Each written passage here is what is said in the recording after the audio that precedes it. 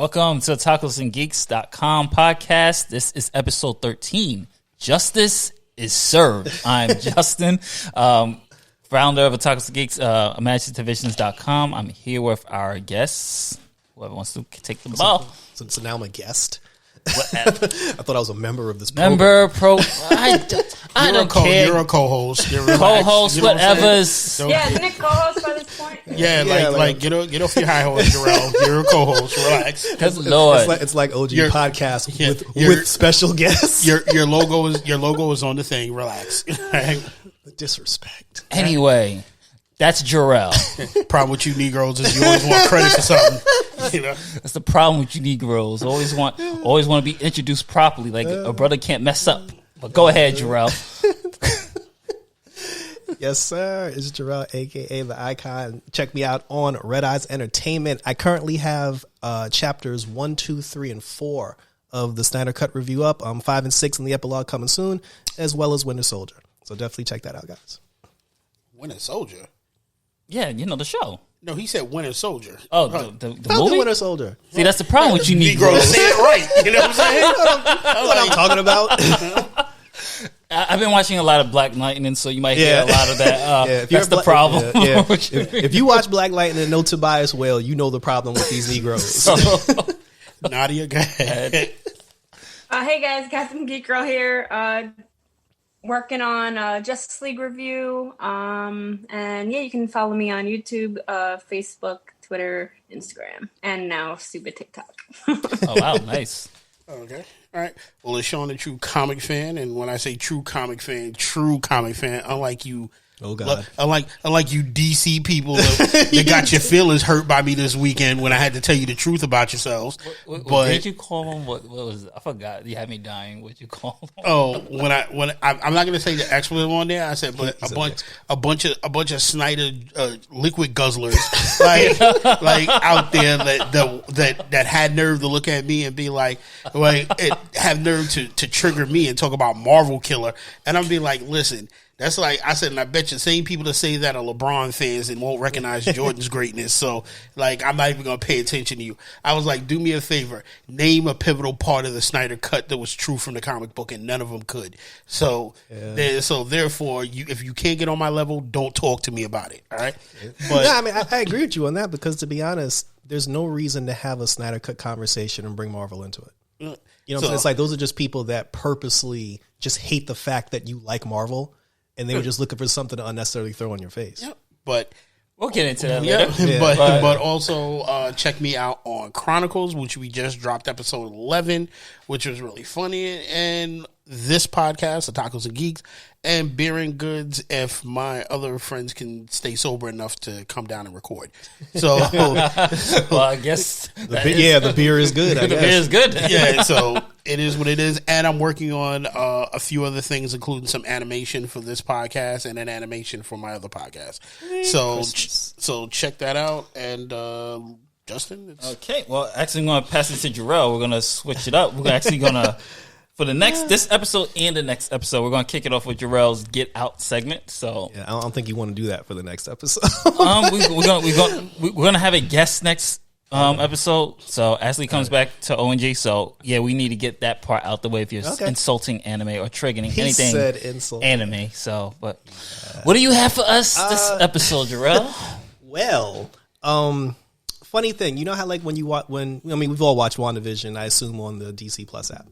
So you know how like at the end of every episode of WandaVision, when the credits finally start rolling in the little box, they always try to force you to watch the Avengers Age of Ultron? Yeah.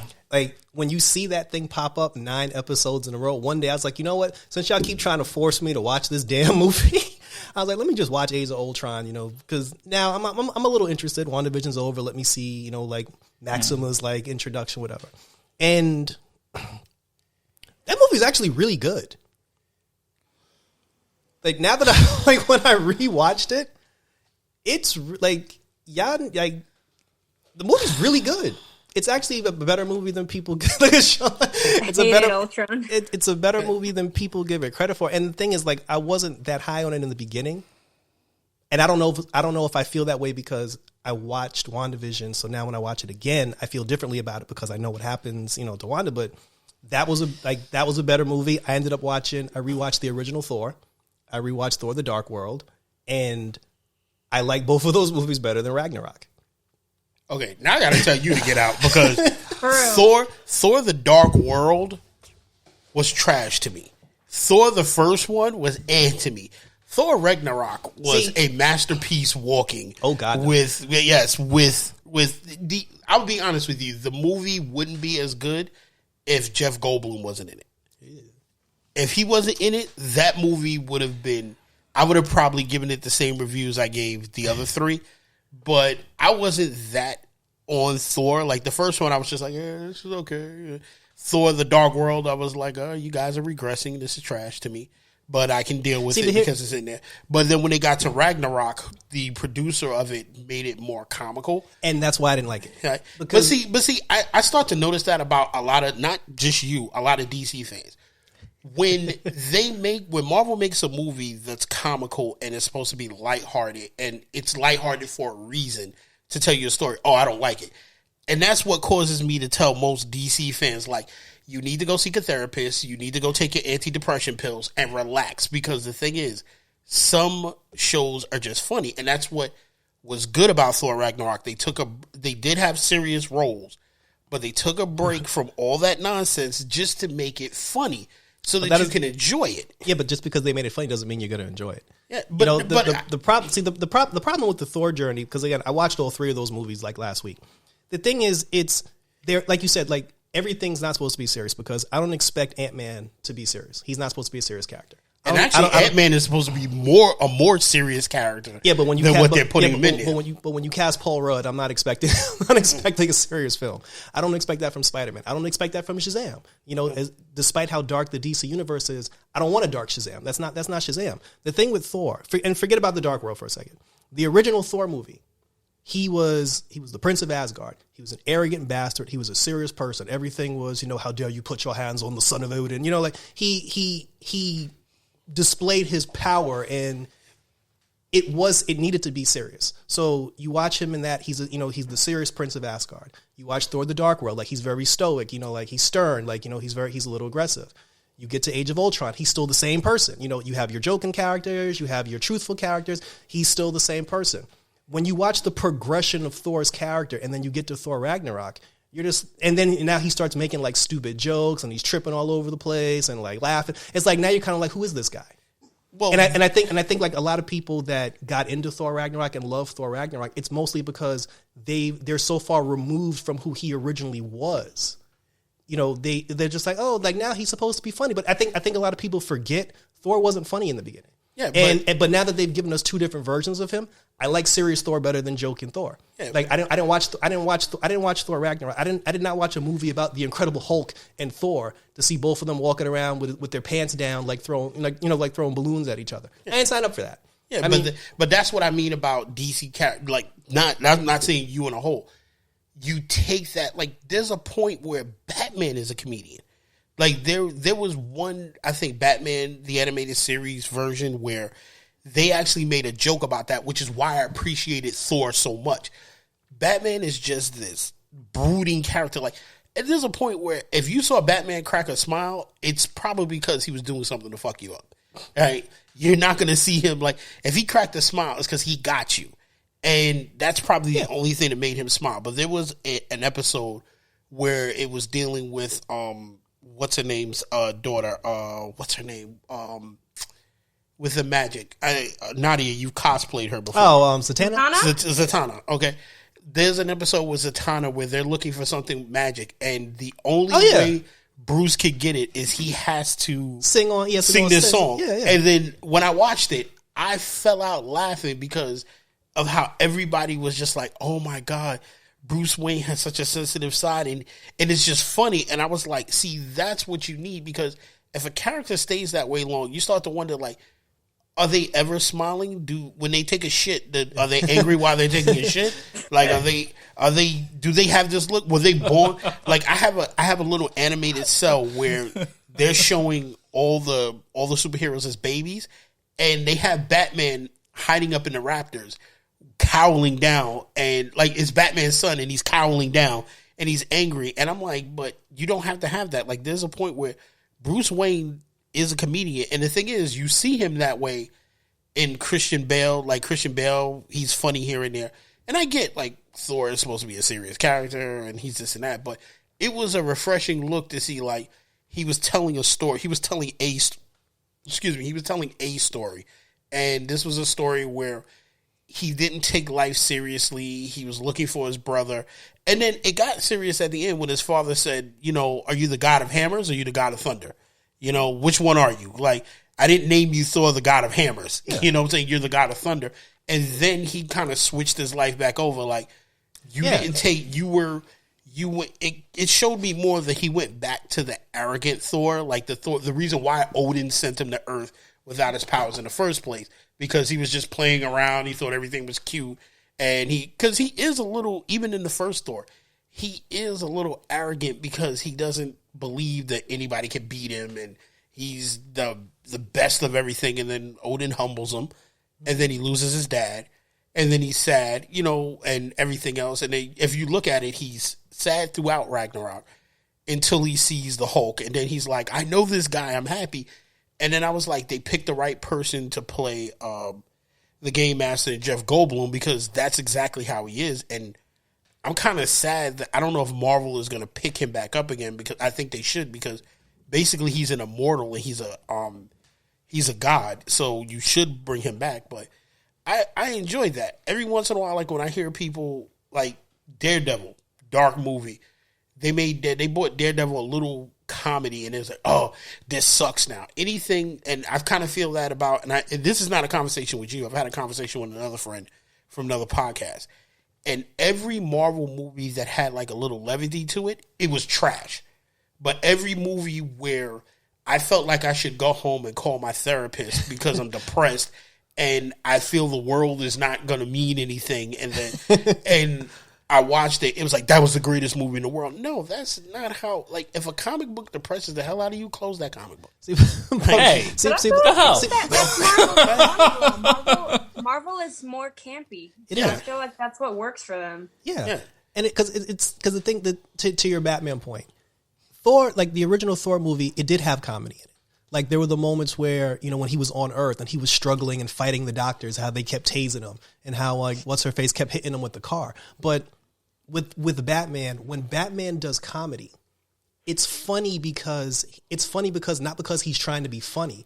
It's funny because Batman's dead-ass serious. When you laugh because he's being serious, and his seriousness is funny to you. Like Drax. We'll get that. That's a different conversation. I don't. But when Drax is first introduced, I'll be honest with you.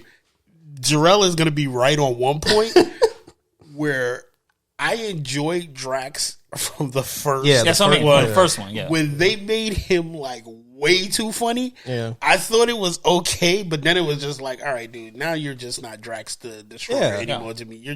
You're Drax the comedian. Yeah, because like I said, in the first Thor movie, when he's upset and he's just like, you mere mortals shall not touch the Son of Odin, and then they tase him.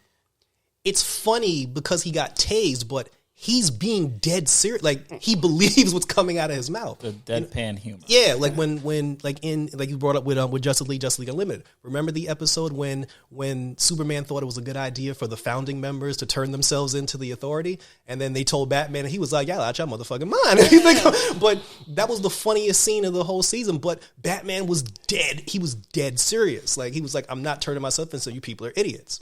But in Ragnarok, he was literally trying to be funny, and I was fine with that. And that's what I'm saying. But for me personally, like that's where it lost me, because I'm not going to forget where Thor came from. Yeah, but that's what I mean by, you are one of 10 for 10 people who are mostly a DC fan who have said the same thing, and then it started building in my mind like, you guys need to go lay down and see a therapist. But me saying that has nothing to do with DC. I'm literally telling you. I watched the first two Thor movies. I watched Age of Ultron. I watched Thor Ragnarok, and I saw the progression of his character. I just wasn't happy with him going from. But that's what I'm saying. But that's what I'm saying. 10 for 10 people who are more into DC than they are Marvel have said the same exact thing about Ultron. And when they got to Thor Ragnarok, it was like, oh. And I'm like, yo, there's a point. Not every character is going.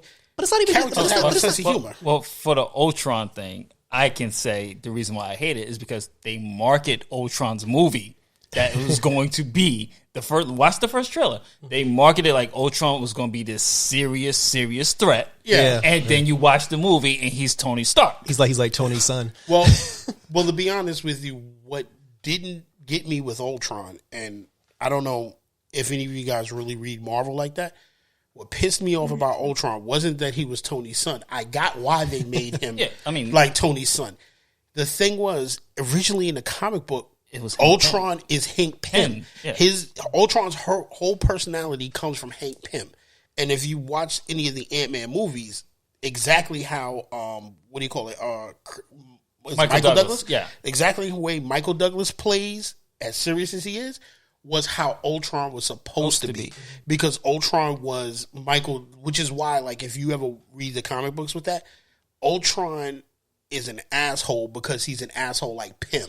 Yeah. And he was never meant to be like Stark. Even if you watch the animated one, the Avengers Heroes of Tomorrow, he's all Hank Pym. Like,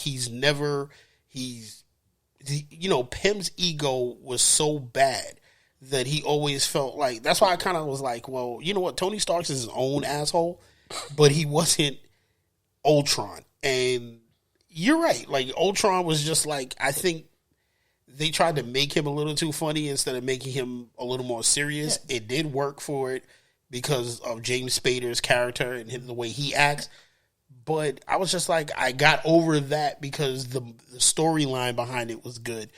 And I had my issues with Ultron because I was just like, if you bring him back, I was just like, I don't like the fact that he's not more Pym than he is Stark. It was not Age of Ultron for me at all. Like, Age of Ultron, Ultron beat the shit out of everybody. You know, like, and it was also like a time travel story too, right? With Wolverine. No, Age of Ultron was basically Ultron did the same thing. It was like Age of Apocalypse. Ultron wins. Yeah, Ultron comes out. He creates a master plan. He beats the hell out of every hero from the Avengers to the X-Men.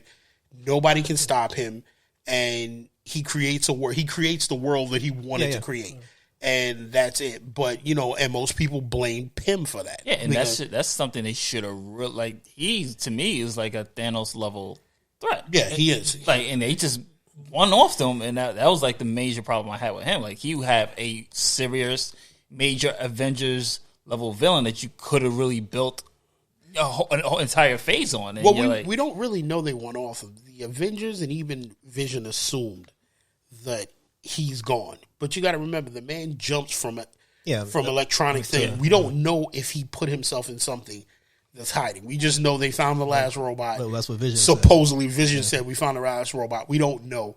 He could end up popping up somewhere else. Here's hoping, and then hopefully he'll do it right this time. Yeah, because even in the comic book, they always think they destroyed Ultron. He's gone. There's no trace of him, and somewhere along the line, there's a trace of Ultron somewhere that rebuilds himself and comes back. For me, that was like just because when you actually thought it was pretty good. For me, I absolutely hate that. Well, movie. When I watched it again, I felt differently about it when I watched it the second time because you got more context with Wanda. Yeah. And I don't disagree with you. Thor Ragnarok wasn't for everybody. I just found Jeff Goldblum's performance. Yeah, but I don't have a problem with because that's the thing. I'm not attacking like campiness either because like I agree with Nadia. Like, campiness works for Marvel, but the problem is they tend to go overboard because let's just imagine if Black Panther was like Guardians of the Galaxy 2. Certain people you just don't expect that from. Like the original Thor, you had your comic characters. You had Darcy, Nadia's favorite character. You had I can't stand Nyla. He was more annoying.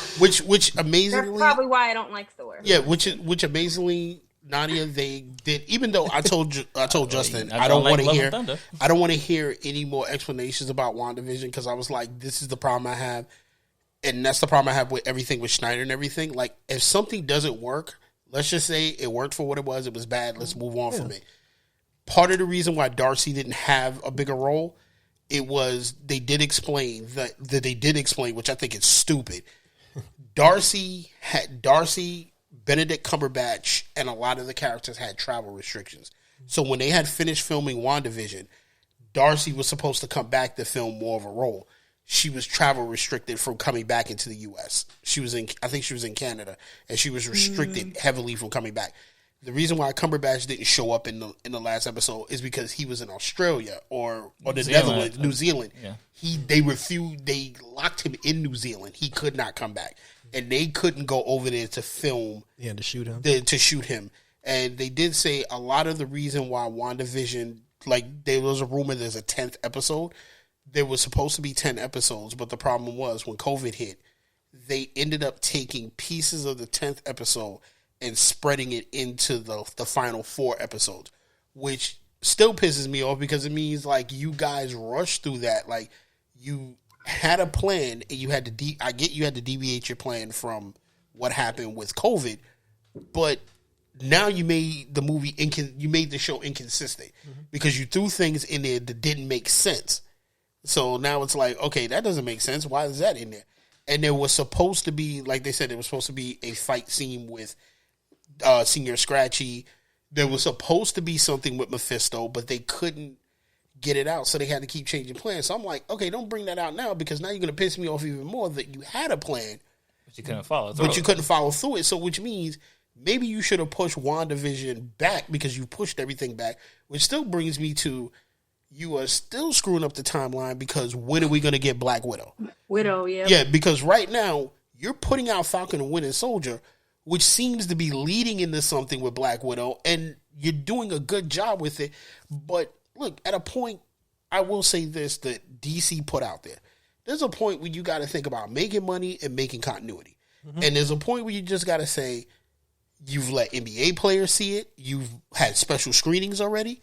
Just release it on Disney Plus and take your chance. Bring your fans back. Just release it. It's all you take the L on this one. Yeah. Like you just gotta really take the L. Like somebody needs to look at Mickey and be like, "Yo, you are not going to make you're not going to squeeze every dollar out of everything. Especially if you're only having 15% capacity in the theaters. Yeah. How are you earning your millions? I mean, millions of dollars. I get at a certain point, you open more theaters. You like in other places, you're doing whatever.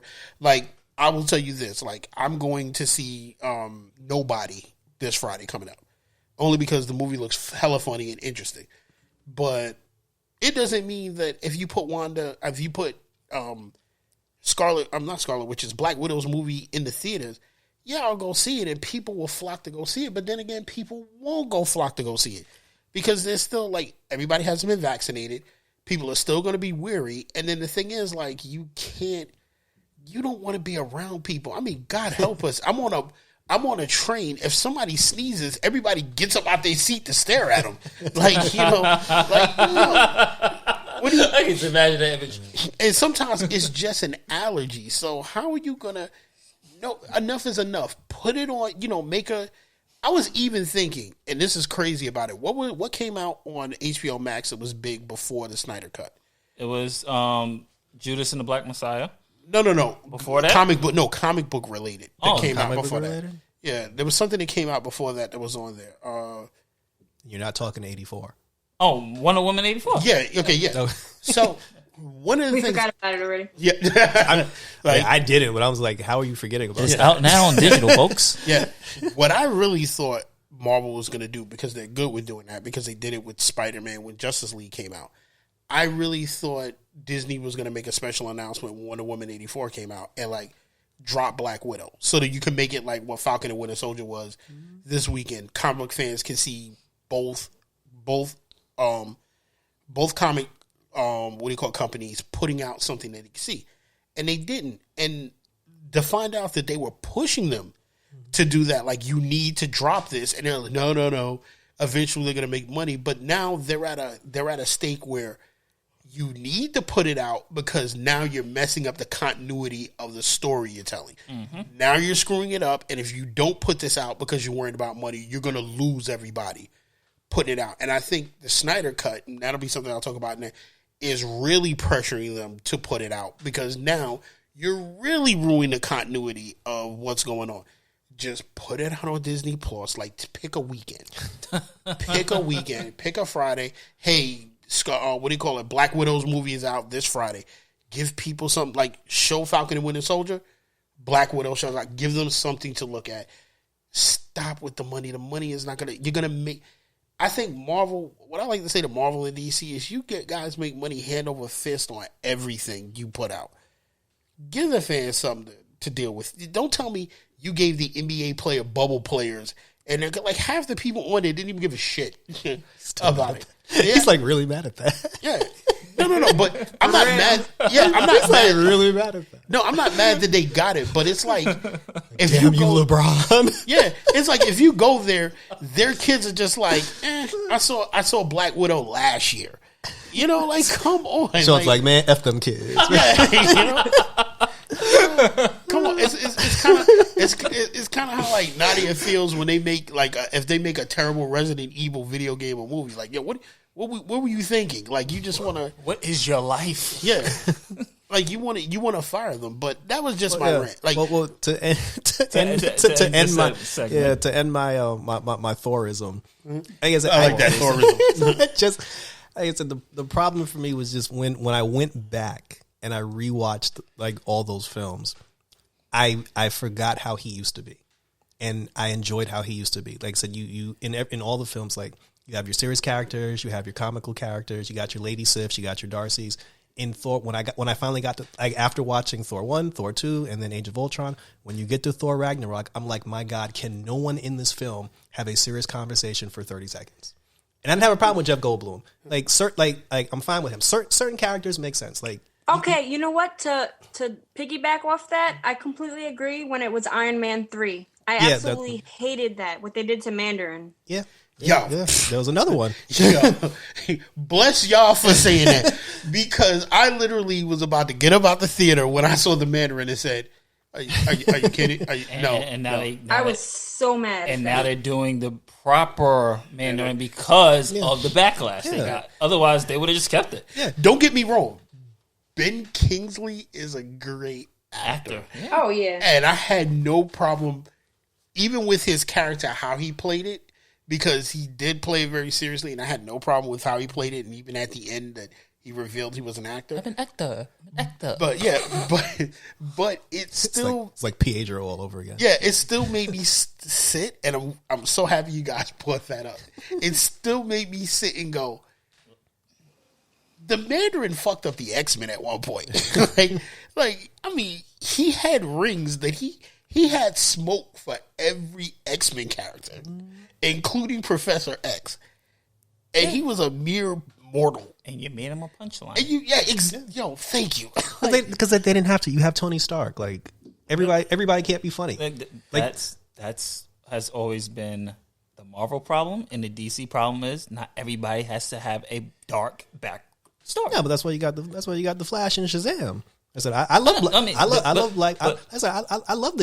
campy Marvel characters, but when you give me a serious Thor and now he's doing stand up comedy in movie 4, now I'm kind of like, what the hell happened? Like I'm like, what happened? And I think that's just a story because even in the comic books, every once in a while, every serious character has a campy moment. Like Captain America is way too America, this and that, but there are comics where he's just like a comedian. It's like, and I think that's what Thor Ragnarok was, a one shot of him being and mind you, I didn't bring up Endgame or Infinity War because he was more serious in both of those. No, I mean he was more serious, but when he turned into a comedic fool when he got all fat and everything, that actually made sense because I understood his depression of why he turned into that. In Thor Ragnarok, there was no justification. The last time you saw Thor was when he was talking to Iron Man and Tony, and he's like, "I'm gonna go to Asgard and find out about the Infinity Stones," and he was all serious and everything. He's doing voice. And then when Ragnarok starts, he's like swinging around in a rope, like, haha. And I'm like, from the end of Ultron to the beginning of Ragnarok, when did you decide to be funny? Well, see, you can't bring that up and say I understand his depression because you have to remember that same thing should apply to Ragnarok because remember his mother was killed. In the Dark World. His mother was killed in the Dark World. But that's what I'm saying. But after the Dark World, we got Age of Ultron. And Loki died too. He dealt with that grievance in Age of Ultron. So not really. He wasn't walking around in Age of Ultron. He brought up his mom in Age of Ultron, but he was over it by the time he got to Ragnarok. Not really. He wasn't in Ragnarok still grieving his mother's death. No, not really, because he was still grieving his mother's death in Endgame. Because remember, when he sees his mother in Endgame, he could barely hold himself, and then he had more grief to deal with because he watched Loki get killed in Infinity Wars. He watched Thanos kill Loki, that's the important scene. But that was after. Like no, that's what I'm saying. But my problem is Ragnarok. No, but that's what I'm saying. He was still dealing with his mother's death after the Dark World, because Ragnarok technically is supposed to take place like the end of Ragnarok. Yeah, it's right after each other. Yeah, the timeline in between Age of Ultron and Ragnarok is kind of like they're that close together, where he's still thinking about her because because even when you finally get to Endgame, he still never got over it. Like, his mother grabs him and was like, don't tell me about my death. I already know that, I'm a witch. I know I'm coming. Okay, but even then, if that's the case, then he should not have been as comedic as he was in Ragnarok, because he should have still been holding on to a little bit of that grief. Yeah. The five steps. But then it was just every character. I'm like, Valkyrie drunk, falling off. Yeah, they made the Hulk a punk. Yeah, that I will say. Like when they tell you you're getting the Hulk and Thor in a movie. And and Bruce Banner's like, there's a big fire demon that's destroying Asgard. It's time to whoop some ass, and then he falls off the thing and lands on his face. I'm like, yeah, but no, I think that wasn't funny. I think that was the point of Ragnarok, that it was just supposed to be his moment of it. Like, his mom died, you had Ultron. He's now, he doesn't know how to take himself. It's like he just started becoming like, he was a mixture of serious Thor and the arrogant asshole that his dad sent him to Earth. And you also have to, and I'm going to touch on this point. For me, this is my last thing to say. You also have to also think of the company that purchased Marvel too. Like, no, this is not like because before Marvel was brought by Disney, look at the tone Iron Man. But when Disney came, it got a little. Didn't Disney have Marvel by the time Iron Man came out? No. Iron Man was sold once Disney saw how much Iron Man was doing. That's when they wanted to buy Marvel. Iron Man 2, I think it was Iron Man 2. They got it around like 2010, because that's when I was interning and we switched offices. Yeah, so it's right after Iron Man 2 is when Disney purchased Marvel. And, it's also, the tone that they go for. Keep in mind, kids do watch these superhero things. These things, they're going to have to put things in there. I'm not saying that WB doesn't do it, but they do have to add some stuff for the demographic for the children. And I understand that. Like I said, I don't have a problem with that. But it shouldn't be everybody. It has to be, because you can't take a movie. Not every character. You make movies. Loki was the most serious character in that whole. Yeah, but you make movies. You can't take a comedy, any comedy. Like, if you take Coming to America, even 2, and Wesley Snipes was Wesley Snipes was. I don't know if any of you saw. I didn't see it, but if you take Wesley Snipes and he's as serious as the character he was supposed to be, it throws the movie off. So you had to have a drunk Valkyrie. You had to have a Hulk. My only problem with the Hulk in that movie wasn't that he was funny. It's just that this was supposed to be his Planet Hulk moment. And you took Planet Hulk and you made that a joke. Because he was supposed to be, even though they showed it and it was the wrong way, I kind of like how Marvel pushed him off like he was off planet, which is why he wasn't, what wasn't there for? What wasn't he there for? That they needed him for. Civil War. Thank you. Because they explained that in the comic book. You couldn't have Thor because Thor wasn't in Civil War. Neither one of them. They do explain that. So OP. It's the same thing for the comic book. You couldn't have 2 OP characters on either side, because either one of the sides would have won, because if you had the Hulk on one side and Thor on the other, either they would cancel each other out, or it would be they're just too OP. So when Hulk left, he was supposed to go through some metamorphosis and some thing. And I was kind of like, okay, you didn't have to make the Hulk happy and hulky. Valkyrie, Hulk, stupid Avenger. Yeah. Like you could, like Valkyrie, you could have gone either way, because the thing is, Valkyrie's character was going through. She's the reason why she's the way she was. She was the last Valkyrie, and she was a drunk. Yeah, she ran and she was a drunk. So you put her in there. Jeff Goldblum's character was fine, because that's how he was fine. How the Game Master was supposed to be. Thor, I was like, I guess he had to be that way because that's the way they made the movie. Which, if you don't like it that way, you got to remember Thor, loving what is it? Loving same director, Thunder and Love, Love and Thunder is going to be the same way, and they're going to be introducing Lady Thor. Yeah, they're going to be introducing Thor, not Lady. Nadia's favorite actress, Natalie Portman. Hold on. Let's not trigger them out there and call her Lady Thor. I did that for a reason. She's going to be Thor. I did that for a reason. Oh, right. She's going to be Thor because she's just going to take over.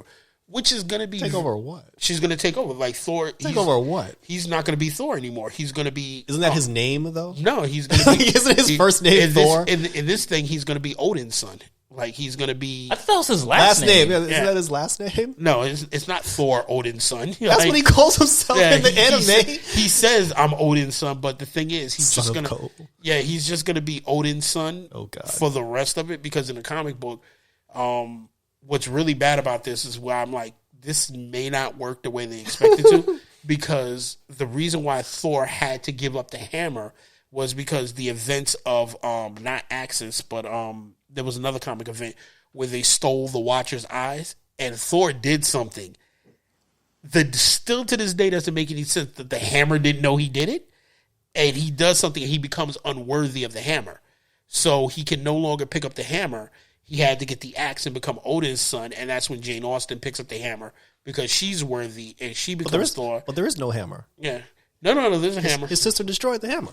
No, they're gonna. It was another joke. It was another joke character, by the way. Yeah, they're gonna bring the hammer back, but that I don't know how they're gonna do it, but she becomes worthy and becomes a new Thor.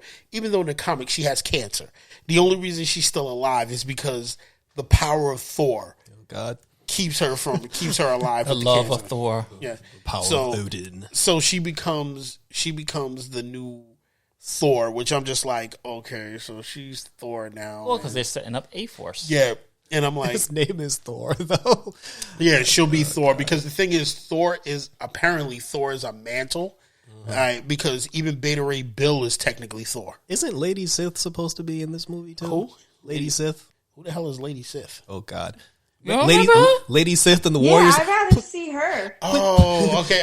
See, this is why you're supposed to go back and rewatch the original Thor. No, because you know what it is? They changed the names up, and I'm like, what the He said, who the hell is that? Lady Sith and the Warriors 3. Yeah, the only person who didn't die during Ragnarok. I like her way more than Portman. I think she got snapped and didn't come back. Yeah. She was on Agents of S.H.I.E.L.D. Which bugs me out is that Natalie Portman came back. Which kind of bugs me out. Just to get the glory. Just to get the glory. And that's what I'm trying to figure out. What does Thor do to be unworthy other than what he gain weight? Like, and that's what, that's what made him unworthy. He was no longer fit to be Thor. Like, no, you know what they're going to do? Much pies. You know what they're going to do? They're going to say he's unworthy because he gave the mantle of king to Valkyrie. Yeah. I don't think they'll do that because that's a whole triggering. That's a trigger. Why? And in the comic book, he gave up the mantle of Asgard when Norman Osborn was trying to kill. What's the name? I don't think it's for Valkyrie. Like I said, this is it's where going to be a female. It seems like it's going to be more of a female because if we're getting Natalie Portman, Lady Sith, and Valkyrie, I'm kind of like, what's Thor going to do in this movie? He's supposed to be deemed unworthy, which that's why I said, like, in the comic book, the only reason he was deemed unworthy was because somebody killed the Watcher and stole his eyes. And then one group that took his eyes exploded the eyes on Earth, which revealed because the Watcher can see everything, and which revealed everybody's secrets. He's gonna be unworthy for cursing out that kid online. That's what I was thinking. Like, he's unworthy because he said something dirty to a kid online. Master. Yeah, but I mean, let's move on. We'll see what happens. Now, do you have any 2 cents on Jerrell's Get Out before we go to Falcon? No, I guess it just ties into, like, I feel like people overhype a lot of Marvel movies, and the first 2 Thor movies were included in that for me. That they go along with, like, Iron Man 3, like Captain Marvel, as in, like, Marvel's, like, mediocre, not that good movies. And I can't disagree with that because I thought Thor was like, okay, when I think it should have been on par with that. And what's really crazy is that Ant-Man, I think, was better than Thor movies. Yeah. Oh, definitely. Oh, yeah. Well, like I said before, when I rewatched it, I just missed the person he used to be. Okay. Oh, you're going to miss a lot of them when he's deemed unworthy and Natalie Portman takes over. Yeah, I just miss who he used to be. Well, we're going to head into more Marvel, but we're going to talk about the recent series premiere of Falcon and the Winter Soldier. We're going to pass it off to Nadia and Jerrell. They're going to go first because me and Sean will go more in depth with this. Let's give ladies first. Let's let Nadia. That's what I said. Nadia first, then Jerrell. Yep. I enjoyed it. I thought it was fun. I mean, we're gonna go into spoilers, right? I guess. Yes. Spoilers for everything, even Snyder Cut. If you haven't watched it by now, go. Sit. By the time this comes out, go sit somewhere. Yeah. So curious. Like, who's this new Captain America that took over? Like, who's this guy? There's already like memes out. That's when I'm like, damn, I feel bad for people that haven't watched anything nowadays because people already freaking post memes the day of. So I'm just like, who's this new Captain America that popped up at the end? Well, it's U.S. agent. They're just not saying it yet. Yeah. And then I'm like, I heard it's only going to be 6 episodes, so I'm so curious how it's going to pull together, what we're going to see, what we're going to get. After this is Loki, I guess, but I don't really know a release date or anything yet. So I guess without, like you were mentioning earlier, without Black Widow, like, where is this going to fall continuity-wise? What are we getting out of this? There was also no end credit, which I expected because of WandaVision, so I guess we got spoiled. So I guess we'll see if we get any end credits. But I liked it. I thought it was, like, funny. Like, a lot of people are saying, like, pay the Avengers. Like, how come Falcon can't afford to pay, like, off his loans? Like, why is he not getting any money? Because he's black. that's where they were going with. That was interesting. I was like, oh damn, like Avengers could be broke because it's like who's paying for Bucky's like treatment and all that, like Wakanda. And then it was kind of like, why don't you just go back to Wakanda? Mm-hmm. But yeah, I'm just curious where it's headed. I enjoyed it because I love those two, so I liked it. Jerrell? I need to be very careful how I word this because I don't want Sean to come across the table. and I also don't want to give off the impression that I hated it. It was for you. All right.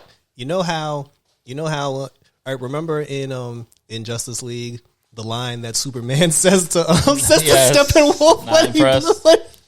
It was just kind of like I did my review for it. Uh-huh. The whole review is like 9 minutes. Okay, that's standard YouTube. I mean, no, but like when I talk about TV shows and everything, my reviews are usually like 15 to 20. It's just there was really nothing to say about it. Like we didn't get enough yet. Yeah, that's what I'm saying. Like I watched it and because I watched it with my cousin, and then when the episode ended, me and my cousin kind of looked at each other. He was just like, "So is that it, or is like something else going to happen?" You know, it wasn't bad. It was just kind of like. You were expecting more, or were you expecting like a 1-2 punch, like to really come out the gate with it? Or? I was expecting like the only aside from doing reviews, the only reason why I'm interested in the next episode is because how they played him with the shield thing. Like, he gave up, like, because remember that one politician was like, oh, you did the right thing by giving up the shield. And now we see why. So I'm like, okay, that's interesting. They kind of tricked him. And I'm pretty sure it's going to be because they didn't want his black ass to have the shield. So all right, Tobias. That's what's going to, I feel like that's what's going to turn into. I thought it was the thing with like the scene with Bucky and counseling that went on for way too long. But I was interested where she told him like, oh, I think it's a good idea to go to the friends and family of all the people you killed and apologize, because I'm just like, that's a bad idea, which is why I'm interested to see him do this. Mm. But I didn't really care about like the whole thing with Falcon, like not being able to pay his rent. I'm like, I didn't really care about that. And if this is going to be like an integral part of the thing with him trying to save his like daddy's sister's boat, I don't care. I mean, for me, I love the episode. And I thought it was a really great start, truthfully, because more of, if you're watching the entire MCU, you start from the beginning and you see how these guys are basically relegated as B characters. Mm-hmm. Now you see them to the forefront. So the bank thing, we have to know who Sam is. We have to see life outside of the Avengers. Otherwise, it's just like but how long has Sam been here now? It's like Sam's been a part of this for so long. But they don't do that. That's the thing. They don't do anything with these characters. What they do is, you know what Tony Stark's life is about. Yeah. You know what Thor's life is about. You know what you now know what Wanda's life has been like. You now know what all of them are like. They're showing you the part of Sam where he wasn't just Captain America's happy buddy that was running around. That was Bucky. Yeah, no, but the thing was Bucky was gone. But now you're seeing that Sam had a life other than the wings. Like, you're seeing who he was. And the thing that I'm liking Marvel's approach to is that they're taking characters that you damn well know will not get their own movies. They're not going to get that much screen time to be fleshed out, and they're getting their stories on a TV format. And it really, like, for me, what really worked for me, actually, Bucky worked more for me.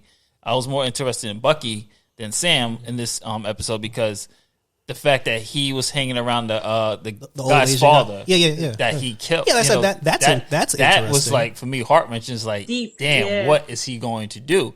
And then, people forget that Bucky is also, he's similar to Cap. He is also this fish out of water. He is 106 years old. He also lost his life. Unlike Cap, who was sleeping, Bucky was out there killing people. Literally killing Tony Stark's mother and killing out anybody Hydra wanted him to kill. And he has to still deal with that, because they even said in the episode, Wakanda took the, whatever the program, the brainwashing out, but that trauma is still there. And you will not get that type of story unless they did a Winter Soldier movie, which I guarantee they're not going to invest in. So to get them to do this on Disney Plus, it's nice to actually see these characters who are going to be a big part of Phase 4 and 5 get at least some time to get fleshed out. So far for me, it's working from a character standpoint, because we all know by now that I'm more characters than anything. It's like, that worked for me. The action in the beginning was great. Yeah, that was good. I thought the CG, I thought the criminals were a little stupid for trying to do hang gliding, knowing that this man has been doing this for like with their squirrel outfits. Yeah, with their little squirrel. I thought it was like I was watching with my family. It was like these gotta be the dumbest crooks and dumbest terrorists, whatever they want. This crime syndicate. You gotta remember, they didn't know he was coming. I mean, but even when you saw it, you was like, I would have just probably said, like, man, we just gonna try to just jump him on the plane. I mean, we get caught. I ain't gonna try to face this man in disguise. That's just me. I would just try to keep him on the ground, keep him grounded. But one thing that didn't work for me was the Reyes, whatever his name is, the kid. The friend that he was sitting at the table. The army guy. Yeah, he was getting on I don't trust him. But I think he's going to be like that goofy little sidekick that's just there for like the comedy relief for him. He's there to say all the cool words. Yeah, the cool buzzwords, and it looks like he's going to be Team Falcon, where he's going to be given the intel and everything. I was like, you can cut him out. He didn't work for me. Like, keep it Bucky and Falcon. I don't want Bucky, Falcon, and this dude. Keep him out. That's kind of how I'm with his whole family dynamic, because like you said, like on the one hand, it is cool to see his life, but at the same time, I hope y'all don't spend too much time on him trying to pay the mortgage. And I'm pretty sure they're not going to. So I'm just gonna give. That's why in the first episode I was just kind of like, okay, I'm gonna give a review that's gonna sound really messed up, but so I don't want anybody to take offense at it. So I want you to listen. This is why I hate people who don't read comic books to watch movies like this. And this is not for you, Jerrell. If you've ever read anything in the Captain America lore, there's so much to unpack in that first episode that you should have jumped on the screen and been like, thank God they did that. Because first of all, let me ask you a question. Do you know who Flag Smasher is? Who? All right, see, exactly. Did you say Flash? A character, Flash Smasher? Flag Smasher. Oh, remember they were hunting down the Flag Smasher. Yeah, that was the dude with the red, and black stripe mask. That is a big character in Captain America, considering he was somebody who got like some kind of messed up version where he's a villain he's like a not even a B or C rated. He's like a D rated villain. He usually was for comic relief that got bigger. This is like this American picture. Think of Trump supporters with superpowers. Okay, God. which is really crazy. That's how he was in the comic book. Mm-hmm. You also got I think Nadia asked me who this Captain America is going to be. Well, if you look at the way the front of the suit was, that is the suit of U.S. Agent, which technically is not an Avenger, but he's a West Coast Avenger. And he was only put there because when Captain America was gone, the government wanted somebody that they can use to carry out their orders whenever they need to. Like Cap was, you can see it in Civil War. Cap was like, no, I don't do all that. But U.S. Agent all he has to do is get the order. He'll kill on the drop of a dime. He is definitely anti-Captain America. And that was an interesting dynamic to see, that the amount of, I guess you could say, that subtle racism that they tricked Sam into bringing it back. And then we also have to remember the conversation him and Rhodey had. Rhodey was, if you listen to Rhodey when he was like, listen, brother, you gotta keep, Cap gave you that shield for a reason. Don't give it back. And his self-doubt of constantly, I'm not, he's arrogant when it comes to his own hero identity. Yeah. But when it comes to him taking the shield, he's just like, I can't. Another one, like Bucky, even in the comic book, I'll never live up to Captain America. Like, Cap is on this high horse. Another thing they did that I liked is, like, do we know what happened to Captain America? We just know, like, we can either assume he's at the Stark retirement home. Yeah, we can either, he's a retirement home, he's dead, or, because remember, Endgame was 6 is months 5, ago? No, it's 5 years later, because this is 6 months after the snap. So remember, it's 5 years from what's the name. So Cap lived when he came back. He lived that whole time. And when he came back in the time machine, he's sitting there, even though the super soldier serum doesn't, I guess it slows down, like Wolverine, it slows down your aging. Cap has got to be, he lived the whole 106 years that he's been there. So either he's dead, he's in retirement, or just like the comic book, they're going to do something to bring him. I don't think he's dead, because, like you said, like the time frame between him giving Sam the shield and Falcon Winter Soldier, it's really not that far. It's not that far apart. And if he died, they would have had a funeral for him. Or at least it would have been mentioned. Yeah, I don't know. They're leaving that very vague.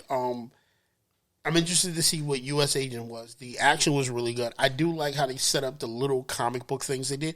Like, the government really did fuck Sam over. Yeah, they did. In the comic book, they screwed him up. They didn't want him to have the shield. And it kind of leads a little into the Captain America comic book, where they disavowed that the very first Captain America wasn't Steve Rogers. It was a black Frenchman, or a black soldier that survived the first super soldier serum. But the time that they were in, they could never put a black man in the forefront as the hero of America. So I kind of like that they're mixing that story in there.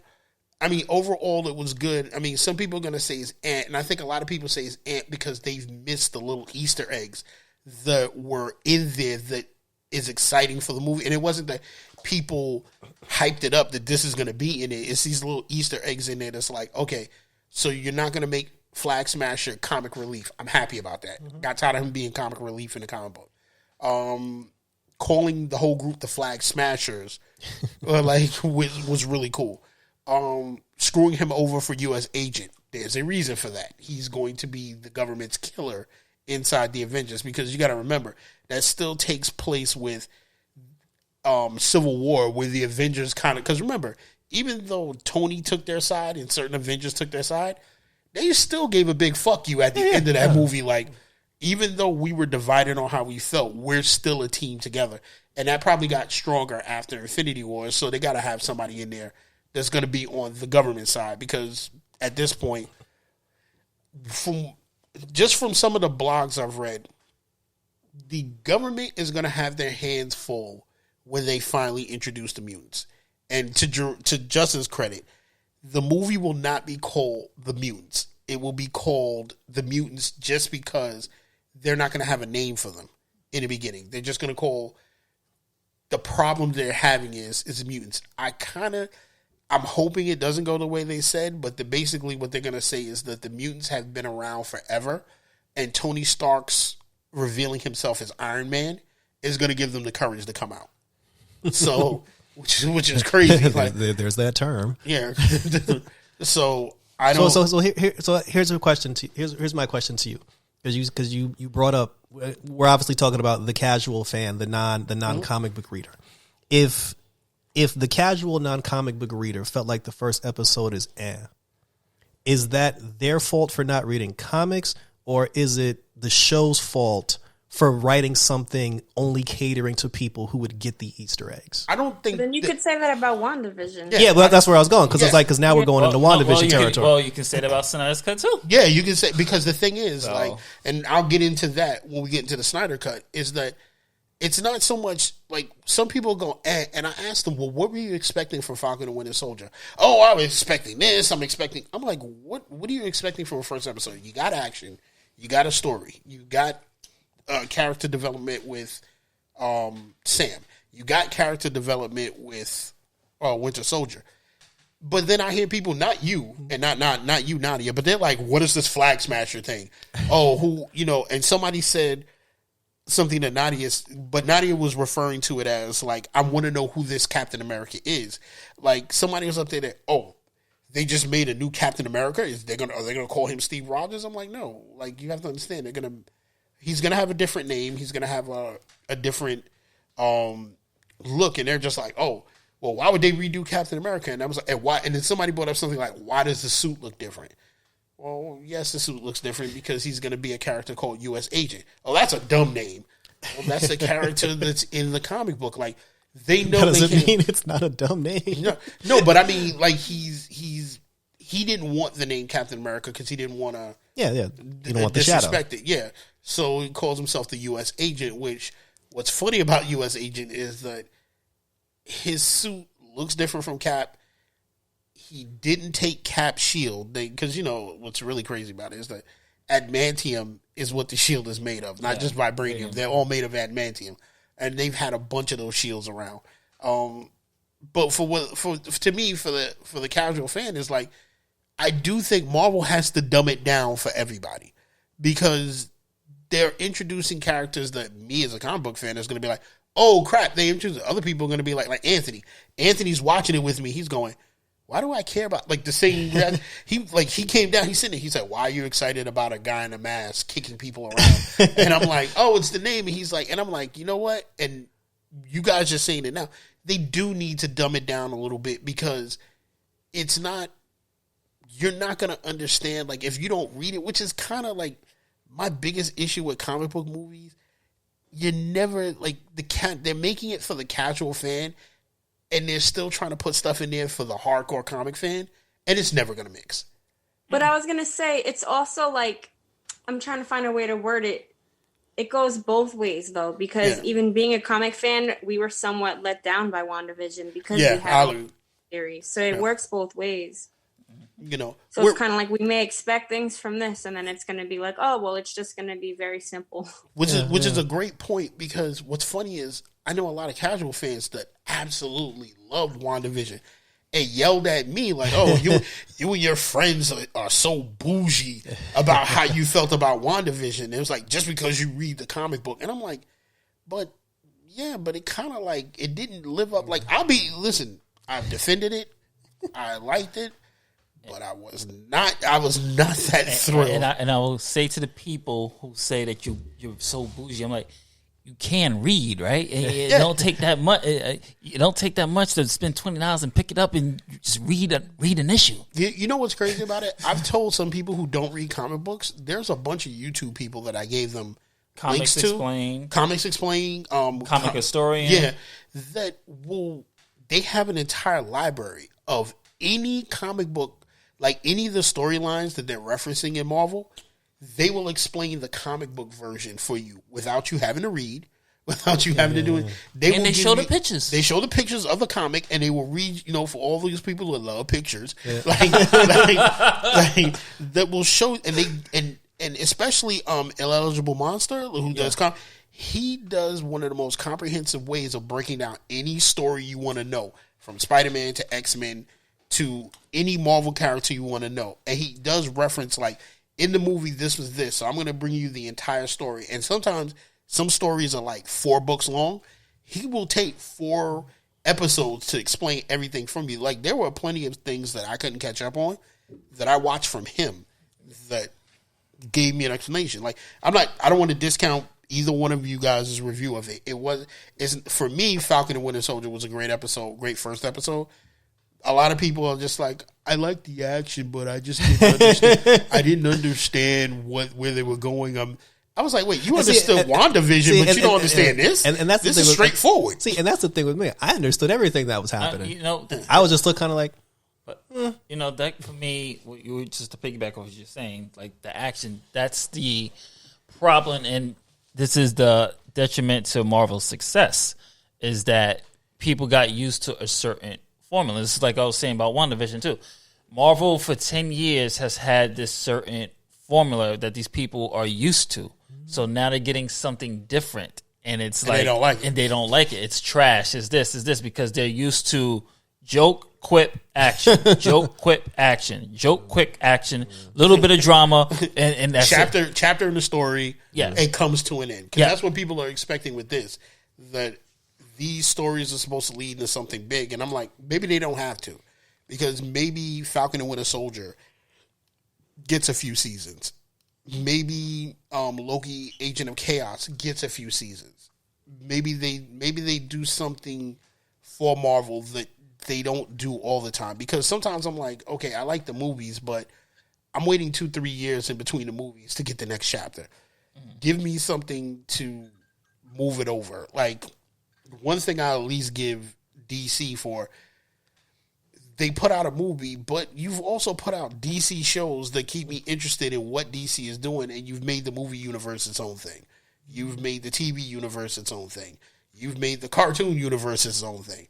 And I can enjoy each one of those and wait, because if I can't see the next cartoon movie, something's coming on the WB for me to watch. Then the movie comes out, and then this. So, there's always something to keep your attention. Yeah, and then I can't sit down and say, well, I can now talk about 3 different universes in one thing that have nothing to do with it. And I can say, okay, well, this was great because we all saw, what was it? Justice League, the Apocalypse. Yeah, Apocalypse War. Yeah, Dark Apocalypse War. Oh, I don't think anybody hated that movie. That was like a rough movie, like to watch. Like, you want to talk about depressing and needing counseling? Yeah, like I will agree with you on that. I had to sit down and like hold myself and say, like, it's gonna be all right. They died for a reason. Like, when the movie starts, dark. Yeah, it was like dark. I mean, the dark is in the title. Like when it starts, you hear Ja Rule go, "It's murder." And you're like, wait, what? So I can do that with Marvel. They kind of like, I don't know whether it's Kevin Feige or it's the execs with the mouse that are like, bring everything together, and it's like, oh, it's Feige. Yeah, and it's like Feige. They're like, but I said bring everything together and keep it on the same pace, and then you're kind of like, well, dude, like, I want to, like, I like Falcon Winter Soldier. I like the fact that it's 6 episodes. I'm like, I get you're gonna flesh it out, but Jerrell, you're right about one thing. I don't think you're going to have to worry about them talking much about his sister and the whole farm thing. Because that actually bothered me, because I didn't know it was 6 episodes. So when I watched it, I was just like, okay, it's, it was decent. It's starting off slow, but at least it's a slow bit. It'll probably, it'll get better. But then when I found out it was only 6 episodes, I'm like, we better not spend the next 6 episodes with him sitting at the bank. I don't think they're going to do that. I think what they're going to do is go into straight action, Bucky gave the list to the father, which kind of hurt, because the thing is, like, you realize he spent all that time trying to build up to tell him what happened. He gives him the list, and now it's going to kind of leave you wondering, like, what does the father think? Is the father going to put 2 and 2 together as to what happened to his son? So it's like, okay, now don't answer that for me, because you're going to have to spend an episode on that. So maybe there should be a season 2 where he comes back to talk to him about it. And the 2 of them didn't even meet up yet. Yeah. So, and now the thing is, what I'm figuring is the next episode is probably going to be, okay, so now we have 5 episodes left. So it's got to be at least episode 2, 3, and 4 have to be action. Well, the 2 of them still have to come together. Yeah, that's what I'm saying. Like, it has to be action, some kind of close to the conclusion, and then a conclusion. Man, if it's only 6 episodes, they could have just put this as a movie. I agree. Sure. Just edit You it. said they could have just made a movie? Yeah. If it's only 6 episodes, You could have made this a Falcon Winter Soldier movie. You could have just put it. You could have even just edited it like they did the Snyder Cut Part 1, Part 2, and just put it like that.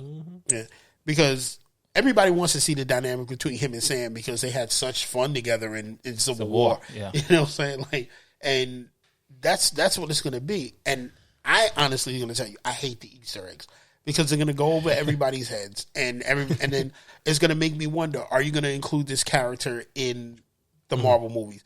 Is this going to be a phase movie with this person? Like I said, Anthony does not read the comic books, nor does he always read the thing, and he kind of was like. Okay. He was just like, okay, he can't pay his mortgage. He's he's in counseling. Yeah, he's like this guy in a mask just killed somebody. in the words of Anthony, he was like, he said it's like a chick. You had me going the first 5 minutes with excitement, and then he said you turned it into marriage. There was nothing else left. He said there was nothing else left after that. Like there's just, and I'm like, you know what? That's okay. Like I'm gonna go with that. That he wasn't enthused enough to want to to be excited for episode 2. And I think that's where they're going to lose that casual fan. And I think, well, the cliffhanger got me excited into an episode 2. And I think if they're losing a casual fan with that, you're damn sure going to lose a casual fan with Loki, Agent of Chaos, because that to me, I think is going to be nothing but Easter eggs to lead into the Fantastic Four. Yeah, and it's funny it's funny what you said about WandaVision. The old television show callbacks is what saved WandaVision for the casual fan. Yeah, and then everything else, we were just like, you know, those of us who read it got let down by the things that didn't happen, you know. And so you know what? I'm going to say this. I don't know what Marvel's plan is, and I don't know whether COVID has put it out, but I will say that they're at the point right now where I think DC was a couple of years ago. I think they're back to finding themselves. I think Infinity War took everything out of them. I mean, you killed everybody off. No. But I'm just saying, you put them back. But you had the ultimate, you went big. Yeah, you went big right now, like right off the gate, like Snyder Cut. They went big, like they went to the top dogs. Yeah, I hate to say it. You're like a high school kid in the real world now. You peaked in high school, and now you don't. Now you're in college. Now you're the little fish in it. You don't know what to do. And like I said, I'm interested to see what happens because there's one thing I think we can all agree that the comic book movies are gonna definitely have something for us. Yeah. For the next year or two, because we're not just getting the DC Marvel thing anymore. No. Image has now stepped into it. Along with IDW and everything else, they're all putting. Of course, all of them. They're all gonna put out something that we can remember. Like, we've got Invincible coming out. Mm-hmm. We've got what else? We got The Boys coming out. Yep. Another season of The Boys. There's another Valiant with, even though Bloodshot, and I don't know anybody who saw Bloodshot. Nope. Nah. Sure. Nah. You guys didn't miss anything. You guys really didn't miss anything. Even though Bloodshot is the start of Valiant's little universe, a bad start, but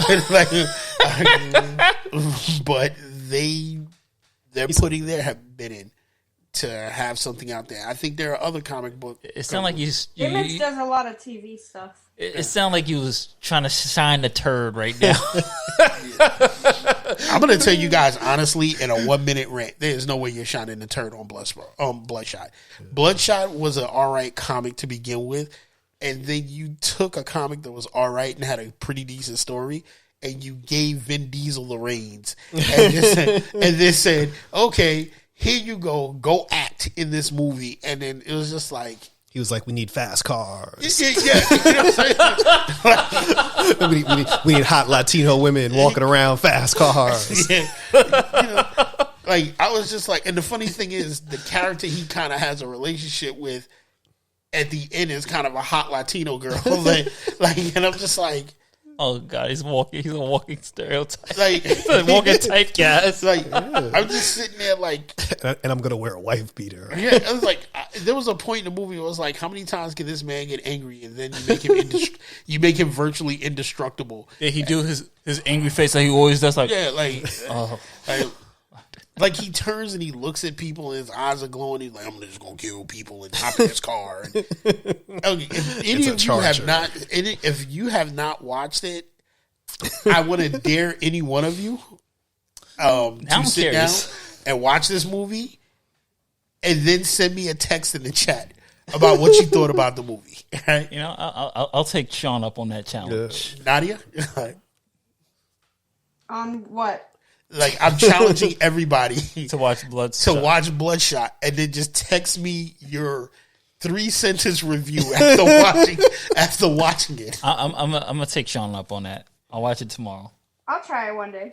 Like, she said one day. Yeah. I'll let you know tomorrow. I'll take you up on that. Like, I'm a gluten for punishment. Yeah, so I'm gonna TBD. I'm gonna end it off with saying we have everybody gives Falcon Winter Soldier a review of 3 stars. I 3 out of what? I liked it. I give it 4. 3 out of what? I'm just saying 3 out of 5. Like this one.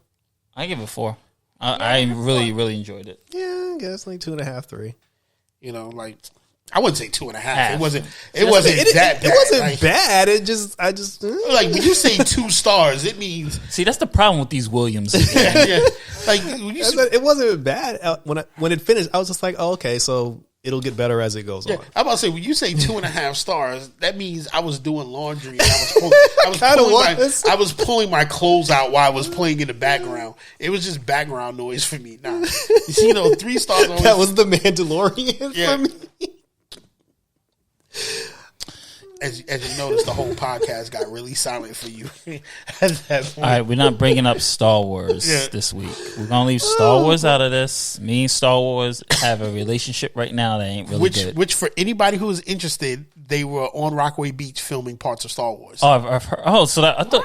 Oh, that was legit then. Yeah, because Keenan sent me the text. I was looking it up. I ain't seen nothing casting wise, so I thought it was like some bunch of cosplayers just. Yeah, they were filming. America was shooting Star Wars. Yeah, they were on Rockaway Beach. I don't know which part of the beach they were filming. I guess ocean scenes. They probably Rockaway Beach. Ain't far Rockaway. No. Right? But I mean, they've filmed down towards Rockaway. They've been filming random scenes here and there. I think Lucasfilm is probably cheap as hell. Well, not with the city, but I think the way our beach looks like a desolate planet anyway. That's right. He's right. Damn. Sorry for Rock, but we are going to get into the main event. These are the main event. Which is, as you know, I'm just doing the pause because copyright. But it's time for what we've been talking about since episode 1 of this podcast show. Before you start, I want everybody to know that I'm going to actually say this, and this will be on record for me saying this. I'm going to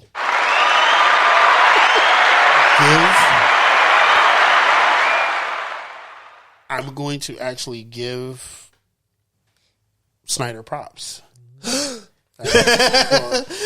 He actually said his name right. He didn't call him Schneider. I only call him Schneider when I think about BVS, but I want to give him props on having me sit through 4 hours that I didn't get up and try to Shawn Michaels super kick the TV for.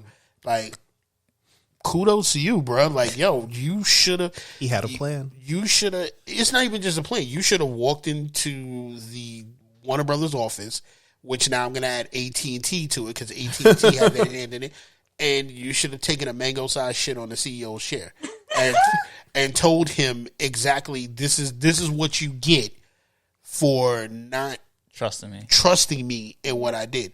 I don't disagree fully with what they said, but he was right about his cut. There are definitely things I'll say in my review that you could have cut down, and you could have maybe made the movie 3 hours and 20 minutes. That's with the epilogue, but he did what he was supposed to, and it does make sense. Like, number one, thank God Steppenwolf wasn't a simp anymore. Okay? Shout out to Steppenwolf. He's now my favorite villain. He's now one of my favorite villains. Well, shit, he dead now. I mean, I I felt bad. Like I was saying in the group chat text, all my man wanted to do was go home, man. Yeah, when it all boils down to it, my man had 50 credits. I mean, 50 worlds. He had like 50. Like he was banished. His credit score was 520 on Apocalypse. Right? He had a 520 credit score. And my man was just trying to build his credit. Trying to build that credit card up with the Dark Side. Dark Side's like, now you know who's the most disrespectful? It was the Son to him. Like he just kept belittling this dude. It's just like, yo, you could have been here with us by our side, but you want to do your own thing. I mean, I'll go first because I'm gonna be the least. I'm gonna be 1, 2, 3. I enjoyed. No, I'm serious because everybody's gonna have more to say than I do. I really enjoyed it. I gave it 4 stars for a reason. There's things I think should have been cut, like the yodelers. Like his little music videos. I would have cut those out. Like I think a half an hour could have been really cut just based off of slow motion. I had to laugh about the yodelers that you said. Because it was Thursday, Anthony and I were watching it on the big screen, and he goes, "What the fuck is the point of this?" Like he was like, "I want the 10 minutes out of my life that these chicks were singing back right now." Yeah, it was just like the most random. It was. Everybody's just like, "Why are they?" It was a nice song. Yeah, somebody on YouTube was like, "Oh, because they see them as gods, so this is their way." I was like, yo, you could have just had them praying or something like that. Like, I didn't need to see this whole 2-minute yodeling thing to see Aquaman. First of all, as a man, I was a little uncomfortable that she just grabbed whatever he left behind and was sniffing it. like, I understand Jason Momoa is that dude, but for some reason, I don't think Homegirl was acting when she sniffed whatever he left behind. I think they just said, "What is she doing? Yo, just keep rolling." Exactly. I thought Flash was an improvement this time around. He wasn't this. Oh yes. Just we actually got to see the importance of Flash, and the things that they cut that they made we didn't cut, like Flash saving those people. Why was that cut? That is such an important scene when their first attack. Remember when the rocks were falling? And Yes. That was such an important scene because you showed you that Barry wasn't doing nothing but just pushing, or he didn't know how to fight. That worked for me. Cyborg, of course, everybody says he's the hardest story. Finally got his flushed out, which I thought worked very, very well. I think the biggest, like Sean just said, I think the biggest win for me was Steppenwolf. Finally had a villain that actually had some motivation instead of the Whedon cut was just he wasn't no punk bitch. Yeah. That's all I'm gonna tell you. my mother. We're gonna be united with my mother. I'm sorry. It sounded like. I hate to tell you, Josh Whedon, you made the man sound like he was watching too much mother-daughter porn or porn. And like, come on, man. Yo, you played that dude. Like everything was mother this, mother that. The Amazon fight scene extension was amazing. Loved it. Loved the rated R. Like, watching this for me felt like I was watching the animated movies. Yeah. It had that same type of tone. Like, when I text my friends, because everybody was like, is it worth it? I said, dude, if you like the animation movies, you're going to like this one. It has that same feel to it. The amount of F-bombs. I mean, it was like 3 of them. Like, Batman said, I'm going to fucking kill you, the Joker. Cyborg said, fuck the world. I mean, I understand when he said that, I jumped up and started clapping. I mean, for me, and this is my last point, to me, the major improvement was the freaking music. Oh, my God. That Danny Elfman soundtrack did not work for me. I was so happy when we got the Man of Steel theme back. They didn't use John Williams theme. It's like, come on, man. Can we move on from Christopher Reeves at least? Like, this is a new Superman. Let him have his Superman theme. Like, we got to stop going back in time all the time. I mean, it's a classic theme. But come on, let's put some respect on Hans Zimmer's name, man. Yeah. The man's composed classics, too. I mean, I love John Williams, but I mean... The music score when Flash was trying to reverse time. Yeah, that was with the guitar riff, right? The Enter the Speed Force song. But overall, I mean, action was good. I thoroughly enjoyed it. Like, if I had any negative problems, I would say it was definitely the slow mo. Really hated the aspect ratio. I was not a fan of the 4.3 aspect ratio. I know he did it in the IMAX entirely. It actually didn't bother me. I thought it would, and it didn't. Yeah, that bothered the shit out of me. But that's the least of it for me. I mean, like, if that's like my biggest complaint, then you did a good job. Yeah. I mean, and of course, I got to highlight the man Darkseid. And I really didn't like the violation on Steppenwolf.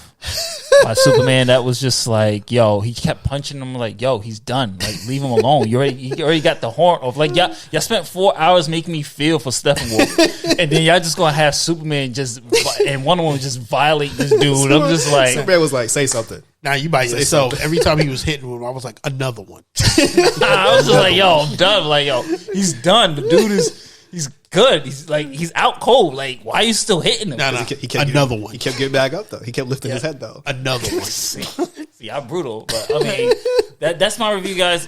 I enjoyed it. Pretty good. Epilogue. Was it? I mean, this is gonna be controversial. I know everybody loved Leto. He still ain't working for me. Jerrell Leto still ain't working for me for the Joker. It's a good scene. Still ain't working for me. See, but honestly though, I can respect that now.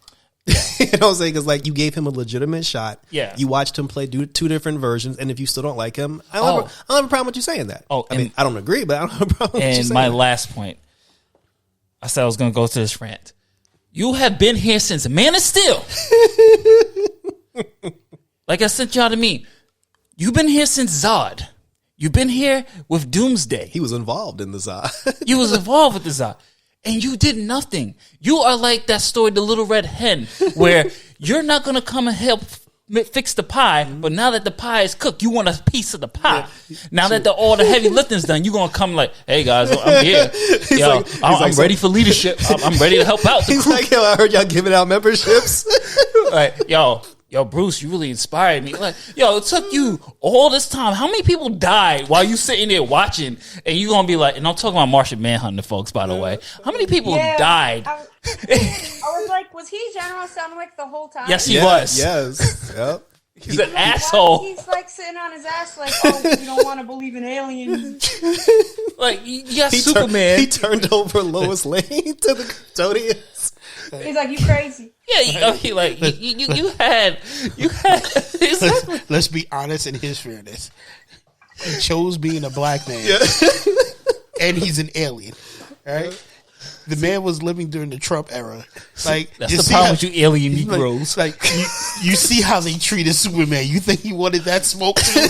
Like, they treated Superman like a straight dirt bag, and he could blow them away. And he was like, no, sir, you're not going to get me on that one. He was like, at least Superman looks human. Can you imagine what they're going to say to me when I pop out? Okay, I could understand that, but you could be any type of human you want to be. You a shapeshifter, Holmes? Like, you could have revealed yourself and went back to the blending. Yeah, he wanted to feel the oppression.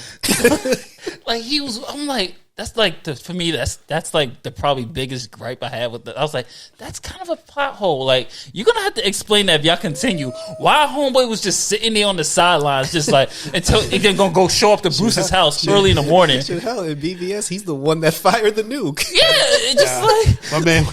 My man was sitting there now. And Bruce was a little too welcoming. Yeah. Oh, well...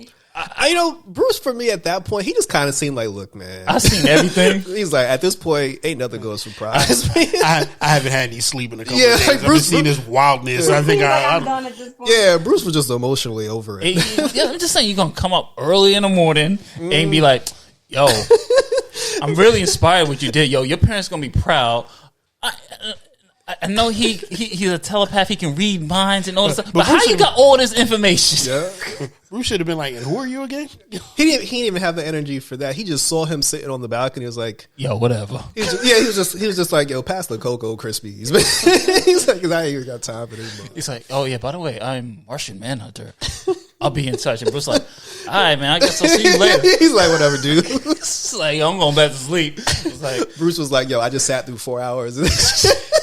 I mean, overall, that's like my biggest complaint is probably him. I think he was, because originally that ending scene, for those that don't know, was supposed to be Ryan Reynolds, Green Lantern. Oh, really? Yeah, it was supposed to be Kilowog and Ryan Reynolds. Well, we know what happened because of the end of Deadpool. Supposed to be John Stewart. Right. I thought it was John Stewart.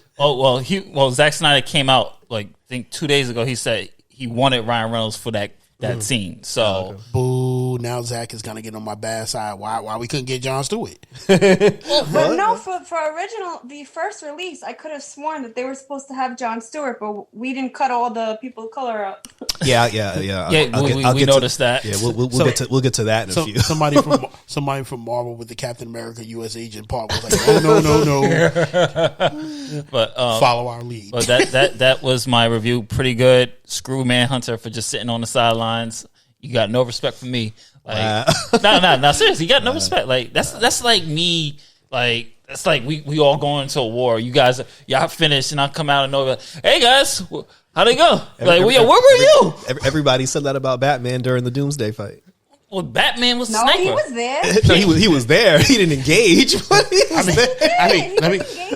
Let me ask you a question. You're human. You got no He powers. was smacking Superman and Wonder Woman around like they was nothing, and the man was shooting electric bolts out of his ass. Do you want to engage? With some kryptonite before Superman stabbed him up. Yeah. Batman shot that from a distance. Yeah. But can you blame him? He's human. Word. He smacked Superman, and Superman laid there for like 5 minutes, and he was just like, that dude could take a building on top of him, and you want me to jump into a dude that did that to him? Nah, son, I'm gonna fight from a distance. Like, come on, he didn't even fight Steppenwolf. He fought the Parademons. It's like Batman ain't stupid. Batman showed up late to every fight. I mean, can you blame him though? Yo, he just showed up to the late for this. Like, it was so funny because I was watching it with my mom, and because they didn't see it, so she was like, "So they ain't fly Batman up when they, Nope. No one decided to give Batman a ride when they came back to Superman. Like Batman had to walk the steps, came out when everybody's getting their ass kicked. It was just like, oh, I'm here, guys. Those steps is long. Batman walked them steps for a reason. He was like, just in case they lose, I can get my ass back in that jet and be the hell out of here. Oh man. Well, Nani, what are your thoughts on it? What did you think? So I was like so freaking happy. Like, so sorry, I'm just so happy. I'm gonna explain it. I have not had a feeling. So this is like, okay. So basically, that feeling when you walk out of a theater and you're like mad hype and happy. Mm-hmm. You're like, yo, This was so good. You got to watch this. Like, I have not had that feeling since Endgame. Mm.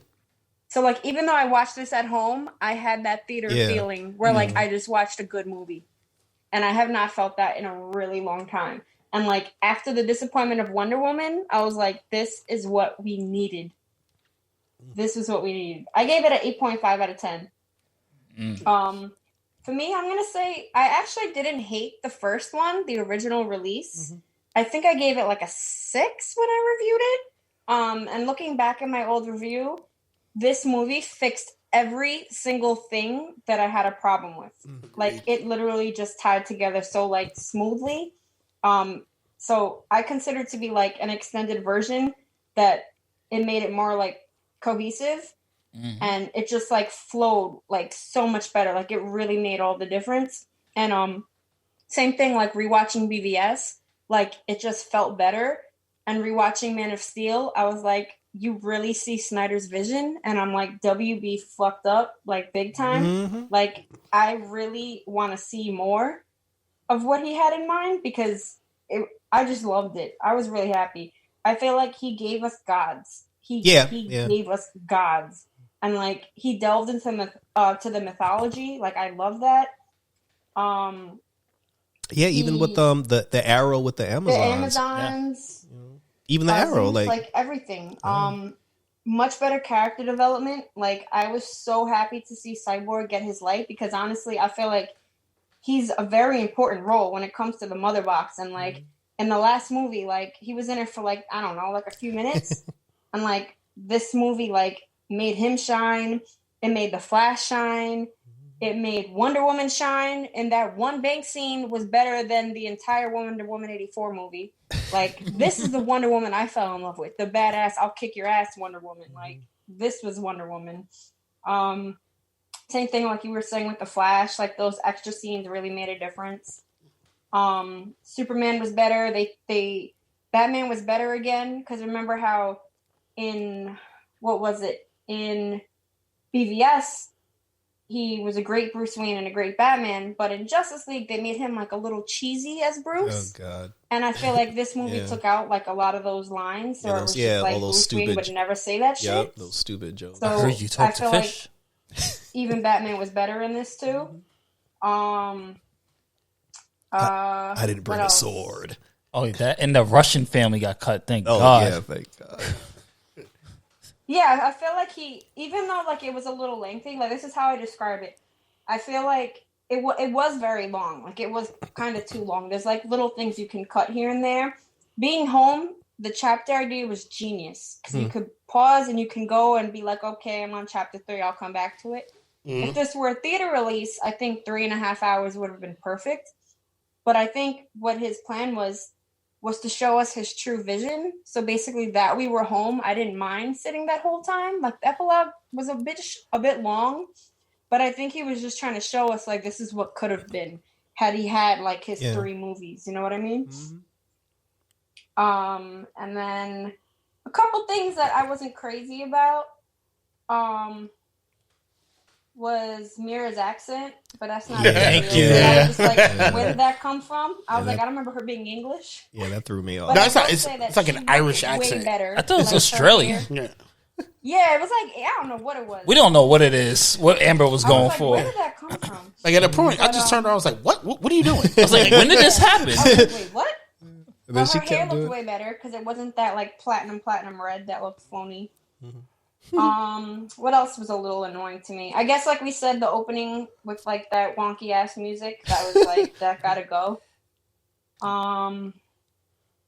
What else?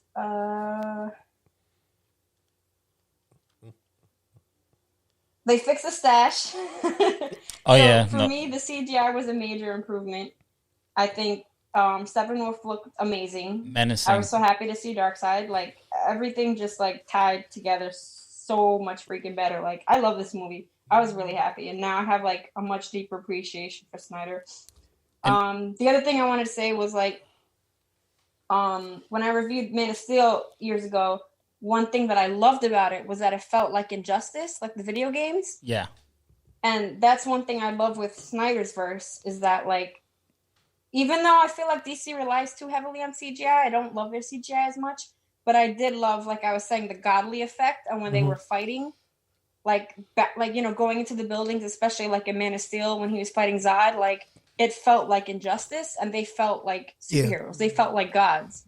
So that's one thing I really appreciate with Snyder's verse. But yeah, I loved it. 8.5 for me. All right. Well, I'm going to give a quick review because you guys kind of said a lot of the stuff that I enjoyed about it. So I'm going to just break in. I have been the most critical person about the Justice League and the whole DC universe thing about it. And I will be the first to say that, like, you have to take it back seeing what Snyder put together on that screen.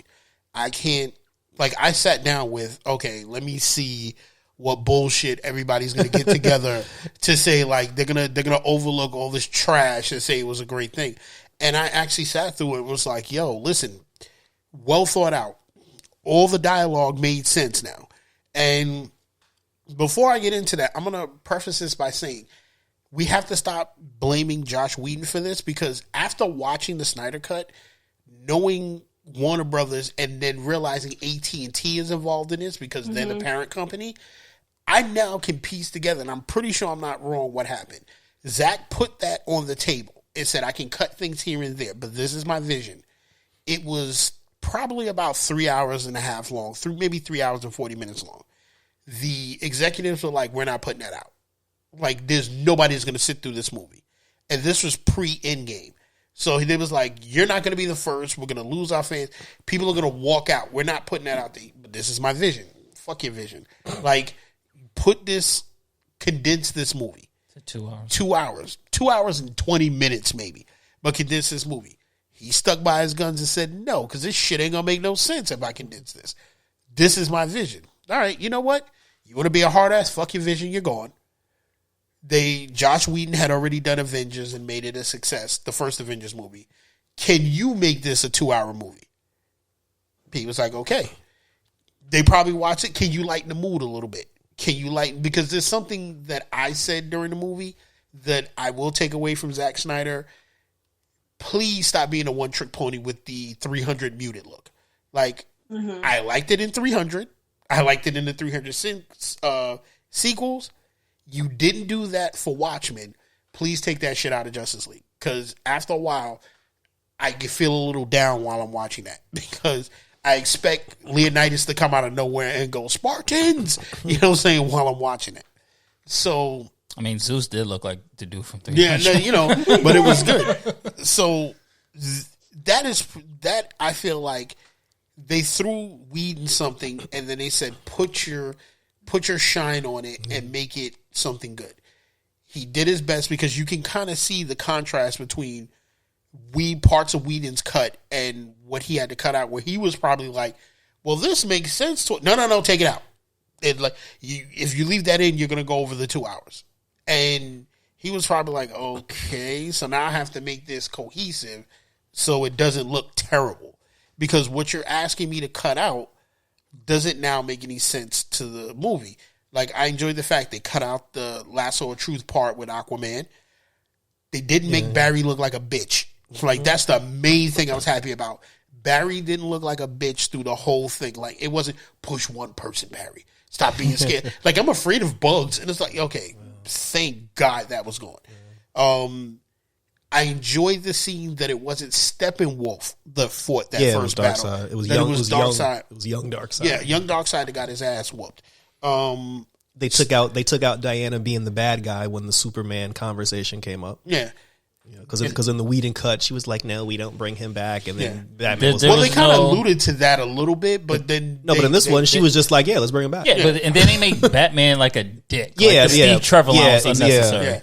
Yeah, so, I hated that. I like the fact that parts of it where this is the greatest thing. I'm glad they cut out of the Whedon cut, which I did not understand. Like now, looking at Zack Snyder's cut, where I'm like, "Yo, Whedon, were you just like puffing a little herb before you made this?" Where and Superman picks him up like, "You don't let me live. You don't let me die." I hated Sean for when that scene came up in the movie. I just heard Sean go, "Do you bleed?" Like, do you bleed? Like, and even in the Whedon cut, I looked at that like, what? Like, yo, who wrote that? And it was Josh Whedon that wrote it. And like, I just want to really walk up to him and just smack him. Do you bleed in BVS? Huh? Yeah. Do you bleed is in BVS? No, but Josh Whedon wrote the "You don't want me to live. You don't let me die.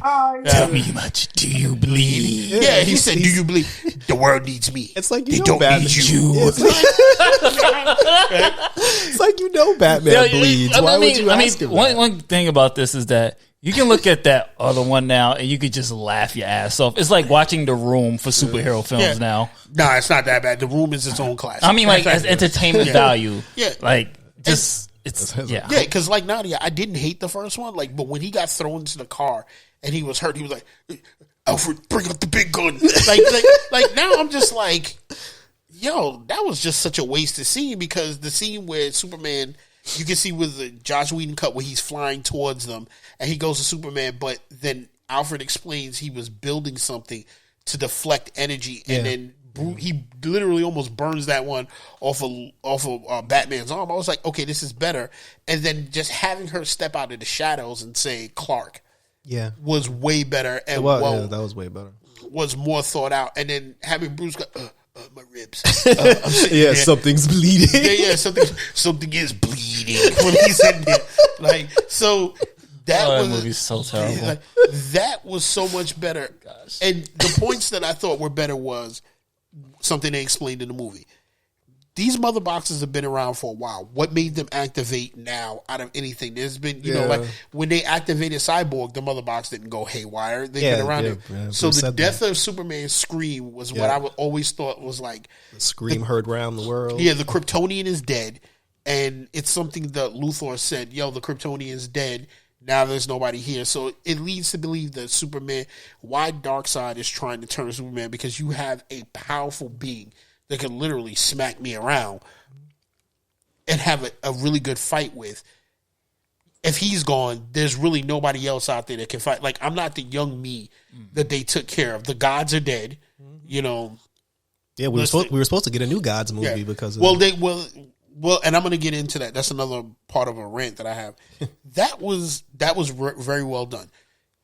So overall, the entire Snyder Cut was worth the fans screaming about, was worth the rant, was worth the wait, was worth it showing up, and kudos to HBO for putting that out because his vision was well done.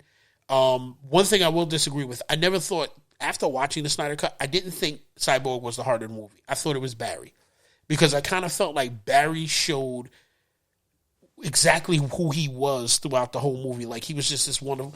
Like, I think I was telling Jerrell last time, I don't care about Barry running for the whole Iris thing. And actually, I take that back. That was a good, like, listen, the whole scene, like, his shoes breaking. Yeah. When he turns to run. Him just touching the glass and then the glass breaks from him doing it. That was well done. The rock scene that Justin was talking about, that was great. The fact that when they were in the cave, it's a save one, Barry. Bring one. Then get enough. No, he just went and did his business. Yeah, and if anything, he was the voice of reason because Diana gave the speech of "we do this together," and then as soon as they went, everybody went for self, and Barry was like, "This isn't together." Yeah, and I think that he was the Justice League Flash because remember the reason why the Justice League became the Justice Lords is because Barry died. Barry was killed, and I believe Zack Snyder kind of really recreated that in this movie. And kudos. Thing that made me jump off the couch, like I said, being a comic book fan and reading it, the antimatter equation. Oh yeah, when they bought the anti-life equation, when they bought that in there, I was like, now this makes perfect sense for Apocalypse being here. Like this is, and when they hit it, I was like, now this scene makes a whole lot of sense. When Steppenwolf saw it in his dream, and the way Darkseid changed his mind about Steppenwolf. Made sense. Steppenwolf being a badass dude with the armor and smacking up the Amazons like they owed him money. Man, listen. Like, I felt so like him cutting them down. That scene in that temple, literally. Literally 10 times better. Steppenwolf when he fought the Atlanteans and he was chopping them down like trees. That was, and also a little scene where they show part of a Nightmare thing. Where Apocalypse used the Omega Beam. And I was just like, woo! I was like, that was fire. And just want to address something because my friend texted me. He was like, his nitpick was that Darkseid didn't have his hands behind his back. He actually did. It's only for literally 3 to 4 seconds when the Ubuntu opens and he sees the heroes as he's turning around. He's in his stance. I like that scene because when the portal opened, like Clark and everybody looked at him like, I wish you would step through that shit.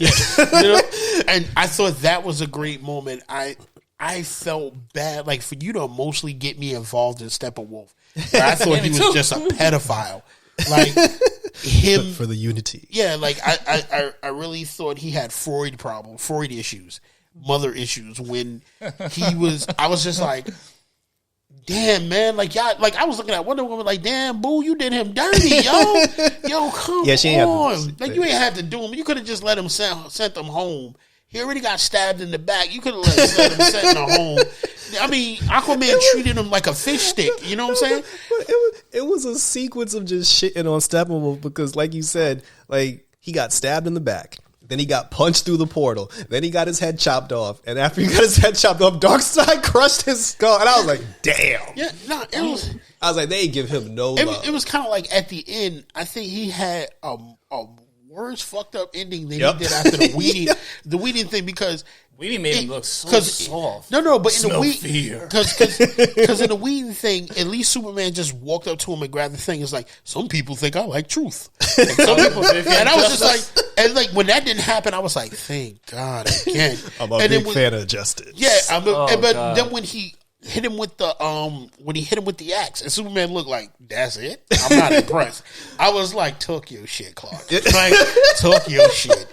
Like, and then like when he was beating him, even though everybody was just like, because Anthony leans up and he goes, damn, and I go, another one. Yeah, I was like, another one. Everyone was watching with me. They was like, yo, he can stop now. Like I was like, it kind of made me feel like Robert Pattinson when all the other dudes was looking at him beat up the criminal. That I was like, yeah, another one. Get him more. He beat him like, look, I just left my woman to beat your ass. Yes, and then like that's when I started saying, like, damn, Superman bent up. He was just like, y'all ain't even give me 10 seconds to get reacquainted with Lois. You know what I'm saying? You got me out here fighting this, and I was just like, okay, that's really good. Everything going into that movie, I'm going to say, because I don't want to make this like a whole, because I know Jerrell has to get to his thing. It was just well done, and kudos to them. This is where they failed. Now, my biggest problem with this is, for DC fans, is DC fucked you over again. Okay? And I'm going to tell you why. And this is just my opinion. DC fucked you over again. The scene with Lex Luthor and Deathstroke should have stayed the same way Joss Whedon did it. The reason why is because Ben Affleck is not coming back as Batman. So because the thing is, you introduced, and this is one of the things I was going to say, why I'm saying DC fucked you over again. You had them introduce the Batman movie. So here's the thing. Here's where the fans are going to go crazy again. They're going to start screaming Batfleck again. And restore the Snyderverse. To restore the Snyderverse. And then you're going to ruin the Robert Pattinson movie. Because what's going to happen is people are going to be so riled up to get Ben Affleck to come back as Batman. They're going to go into the Robert Pattinson movie with sour grapes. And you're not going to give him the chance. I'm not saying everybody's going to do it.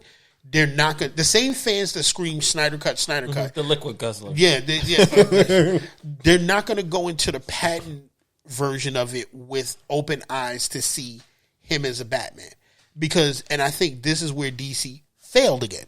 You could have ended that to give him his chance by leaving the Joss Whedon ending in there.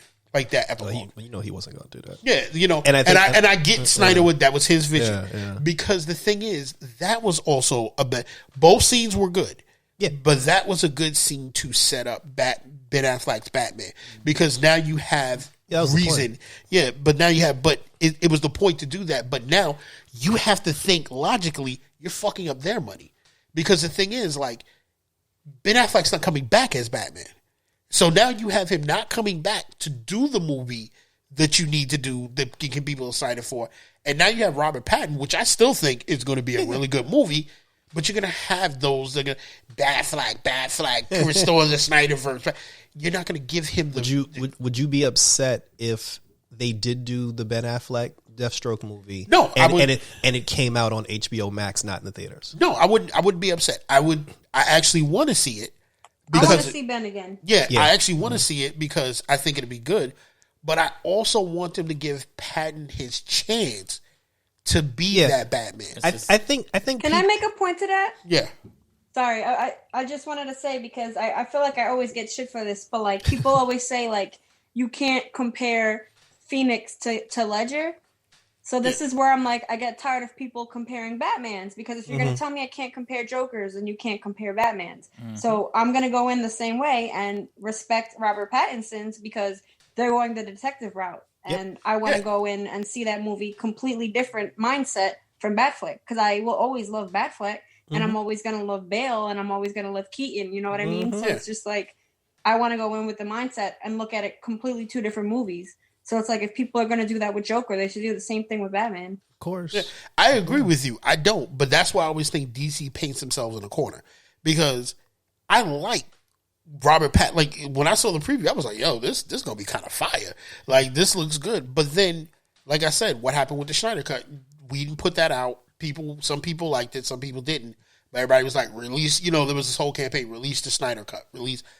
So when you did that at the end, I'm like, now you painted yourself in the corner, because now Zack Snyder's universe looks way better in comparison. So now you're going to want the Wonder Woman movie that he had envisioned. You're going to want the Batman movie. She goes back to... I don't want any reboots. I'm tired of them talking about new Superman, new blah, blah, blah. I don't want any of that. Just give me Snyder's verse. Continue with the continue. But that's what I mean by, like, if you put his in there for those people who are out there who built a different script for everything, because that's what they had to go on, you're going to now kill their dreams off, and they're going to be like, well, you care about his dream, but what about mine? Yeah. It goes into, listen, I don't give a fuck what anybody says. Everybody's like, oh, the Batfleck. I'm still going to go see Patton's movie with the thought that this is going to be good. Yeah. And this is because I'm going to give him the chance because there's a multiverse. And I want to give him the chance to shine. Yeah, of course. But I think people, because I understand, I 100% understand where you're coming from. I think people won't take it that way once they understand the fact that he's year 1, year 2 Batman. You know, if people understand that he's the young Batman, he just started out, and Ben Affleck's like the 40-year-old, like because in the Snyder Cut they kept mentioning he's been doing this shit for 20 years, and you know, like Robert Pattinson's basically been doing it for about a year and a half. I think as long as those people can separate the difference between young Batman versus old Batman, I don't think they'll punish him. You know, yeah, but they're not going to look at it that way because they're not going to look at his age. They're going to look at Snyderverse was amazing, The casual, yeah. This is what we want to see. I don't want to see his bumble, you know, they'll say his bumbling Batman, like getting through his thing, which I don't think it would be.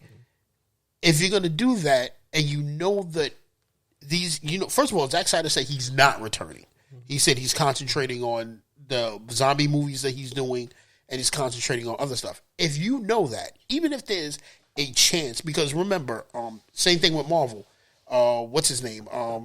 Chris Evans? Not Chris Evans. Even Chris Evans, even though I think that's a joke, but what's his name that plays Wolverine? Hugh Jackman. Hugh Jackman has sworn to the high heavens that Logan was his last Logan movie. Is his last movie. He's never coming back. He probably will. Yeah. There's a possibility he will. Just like Ben Affleck could come back. But if you know at this point both Ben Affleck and Zack Snyder are not coming back for these movies. They're moving on to their other projects. Don't ruin that. Give us the original Justice, because they have mentioned it through other YouTubers, that they do plan to do the Legion of Doom, but they want to call them the Injustice League. Like, tomato. Yeah, like that's I'm like, I don't care about the name. Let them do their vision, and if it doesn't kind of like pan out, then come back. Then slide Snyder's like vision back in there to give people something else. But don't let those who really aren't going to read comic books the way they should go in there with sour grapes, because I think Patton deserves his chance to do it. I think, because also that Snyder Cut ruins Patty Duke's version of Wonder Woman. Yeah, and here's the thing, too, that piggyback off your multiverse thing, because they just, like, Margaret Robbie just teased another Harley Quinn movie with James Gunn directing. Yeah. So it's just like you're setting up this multiverse, but even in the comics, the multiverse got so convoluted. That's why it's constantly getting rebooted. Yeah. So like this is the one point where I'm just like, you need to just focus on one universe for now. Yeah, because we still have Suicide Squad. Yeah, because when they rebooted the New 52, that got so convoluted that they had to take Convergence out to get rid of that universe to bring everybody back, because 52 just got out of hand. with all their stuff. I think it was the CEO of Warner Brothers said that DC is going to be top priority, but at their end game is to, like you just said, converge the CW verse, the shows on HBO Max, and the movies, and make it one singularity type of narrative. Yeah, that's not a good idea. So they're going to have to do another Crisis. They're going to have to do either a Convergence. You're going to need a big event eventually, because you're going to have 6 Batmans. You're going to have 5 Flashes. Come back. Yeah, and so it's just. And I hope they don't do like a Final Crisis. Like, don't do a Final Crisis. You can do at this. Well, you can't even do Crisis on 2 Earths, because there were more than one Crisis in the comic book. There was like 3 before you got to Final Crisis. But you're going to have to do something. What's going on with Flashpoint? Because it's not even Flashpoint. It's not even Flashpoint anymore, because the director said stop calling it Flashpoint. He's not doing a Flashpoint movie. He said he's doing a multiverse movie. So it's not a Flashpoint. Yeah, and that's another thing. Wasn't Zack Snyder's verse bleeding into the Flash movie, the Cyborg movie? He had Thomas Wayne. I feel like that would have tied into everything. Yeah, the Snyder Cut. Well, originally the Flash movie originally was supposed to be Flashpoint because of the reaction to BVS. So they was like, all right, let's just reset it using the Flash, and then we can just put in, if like Ben wanted to leave, he can leave, and everything else. That's why Ben is still doing the Flash movie, because this is his send off. So that's why they want Michael Keaton in there, so they can have somebody who's an older Batman to be some type of mentor for the new heroes or whatever they have planned. But it's like at this point, it's like you have you got a reboot of a Suicide Squad movie. Harley's gonna get another try apparently now with James Gunn. Then you have they just announced the Zatanna show and the Batgirl show. Or is it a movie? Is it a movie or a show? I can't remember. But on the HBO Max, they're getting their shows. Then you have honestly, I don't think we need that. They could have just made a dark version and put Constantine, a dark multiverse. You got Blue Beetle coming out soon, so it's just like you have all these projects. And this is one detriment to Warner Brothers too. I mean, as an artist myself, I get it. You want to have, and I know Jerrell can appreciate that being a film. Like you can appreciate the fact that you're letting the directors or whoever's on the project have free reign. But not to do apples and oranges with Marvel, they have one single voice that says this is okay and this is not okay. That's Kevin Feige. They don't have a Feige. They have a Walter Hamada who's just letting everybody, okay, JJ, you want to make a black Superman? Go ahead and do that. That's your universe over there. James Gunn, you want to do the Suicide Squad? Okay, do that. Nothing's connected. We just call it a multiverse for excuse. But then 84 had nothing to do with anything, and it was garbage. Like if you look at the first Wonder Woman, you can tell that was lining up to connect to the Justice League movie, because at the end of that movie she starts flying out. Only thing I can say is Wonder Woman 84, what they did properly is they taught her to show that she can fly, and she flew in the Snyder Cut. She can fly in the Snyder Cut now. So you can kind of take that little bit of pieces there, but there's but no... Bruce Wayne didn't know who she was. Yeah, but there's no real and I think cohesiveness. They went too far, and it goes back to what Jerrell said earlier. Wonder Woman 84 became Marvel's Ragnarok it was too hokey. And even then I didn't mind it. Like it was just like, because I think we all agreed. I thought it was nice. I didn't hate it. Maxwell Lord should never have been I agree with that. the main villain in that movie. And I think if they concentrated on Cheetah more than they did him, I think the movie would have turned out way better. They wanted to pay homage to Linda Carter's Wonder Woman, which I mean, I get it. I mean, but it's at the same time you have to look. But now I've watched Wonder Woman she behead goes from somebody. Off heads to not even fighting. Yeah, exactly. I've watched Wonder Woman behead somebody now. Yeah. Like I don't know if I can go back to 1984 and go. But I mean, I only she's fighting with words. I only accept it because it's 1984. Because she used to be a warrior killer, and then Steve died. She went through quote unquote man's world, and I feel like she kind of got neutered through the 70s, the 80s, and the 90s, and then when she met Bruce and them, she's going back to who she used to be. Because the danger is it's like Superman was. I mean, then you kind of contradict yourself, because what you're saying is she went through all this, and now she went from hokey, funny Wonder Woman to back to that serious. No, thing. she wasn't hokey. The movie was hokey, but she wasn't. I mean, that's because they gave movie was hokey because they gave Patty Jenkins free reign, and Zack Snyder was the producer of the first one. Zack had say in that one. Market woman power, then let her be a badass. Exactly. Be a pussy. Not that she wasn't fully a badass in that movie, but I'll give you an example. Wonder Woman 84 is the same thing like with Ragnarok. You had Thor as this, give me my hammer, God's for you, don't touch me, and smacking people around with it. And in Wonder Woman 84, it's like in the first one, she was, I get up, I walk through the trenches, the Nazis are shooting at me, and I'm going to fuck all y'all up. And in 84, she was just like, kind of, oh my God, like we're with this and we're with that, and don't do this, and da-da-da. And I'm kind of like... I'm kind of like, wait, what happens? And then you get Snyder's cut where she's back to, like, I'll give you one scene that I was just like, wow.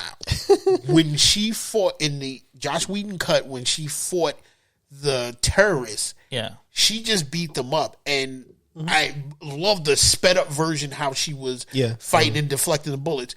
But then when she got the homeboy, it wasn't like she knocked him down into the wall and he was staying there. No, she disintegrated him, and the only thing that was left of him was his hat. And I was just like, damn, Diana, you was a brutal chick. Like, yo, kudos to damn. I was looking at the background like, damn, and you ain't even acknowledging you just murdered homeboy. And then go to the kids like, yo, y'all could be anything you want. And then homegirl was like, she was like, I just want to be like you, so you just want to kill dudes at random, huh?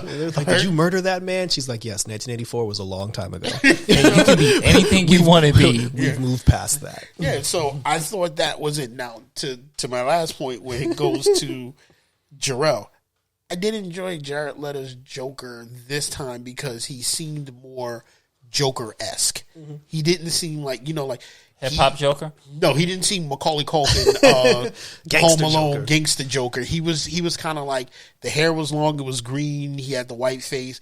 He was bantering with Bruce, like saying the most fucked up shit he could to Bruce to piss Bruce off, and then just being, and like everybody's like, why'd you bring him along? And he was like, because we needed him. And the back and forth, even when the scene when he stops there and he goes, because Harley told me to kill you slow, and he had to think about it for a second, and he was just like, she ain't say that. No, he's yeah, you almost got me right there. And I was just like, okay, I like that. You were a better Joker than you were in Suicide Squad, and you need to keep this. This is how you should have been the Joker. You didn't impress me enough to put you on the pantheon of Jokers that I have, my top 5. But he redeemed himself. You redeemed yourself, and you're creeping up in there because that means somebody could actually do worse than you. Right? And you redeemed yourself, and you did it in a better. That short scene was 10 times better than your entire Suicide Squad scene.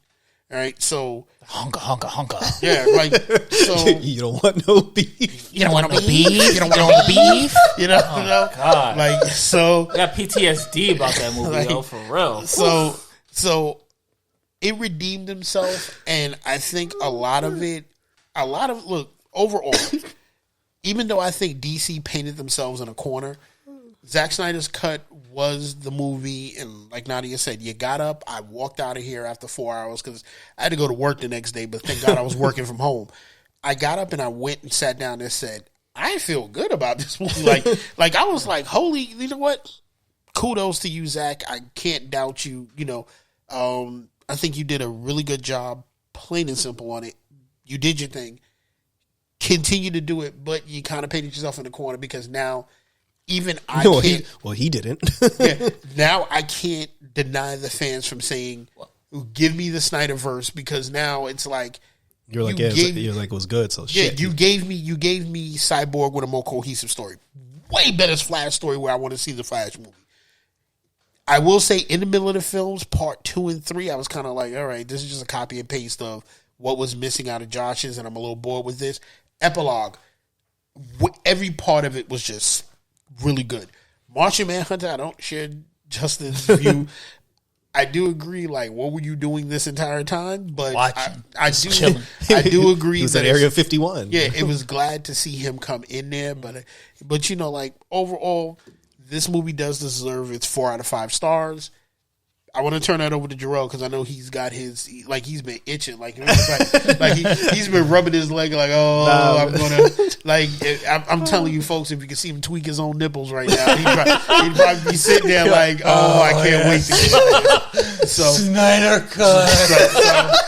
So I'm gonna let him. I know Nadia's probably on the other end like, what is he doing over there? So please go into your Snyder Cut. He said my Snyder Cut. Yeah, Jerrell Cut. Give him your Jerrell Cut of this. I mean, well, for starters, obviously I liked it. I greatly the time did not bother me, and like Nadia said, I mean, to me, even if they didn't do the chapters, like, it wouldn't have bothered me. But I think because they did the chapters, I didn't feel the 4 hours and 2 minutes. Yeah. Mm-hmm. Like that definitely worked, and it also helped me for my review. That's how I was able to break up my review. But like you said in the beginning with the scream heard around the world. Like, as soon as I saw that it took place like during BVS, I was like, damn, this motherfucker had a plan.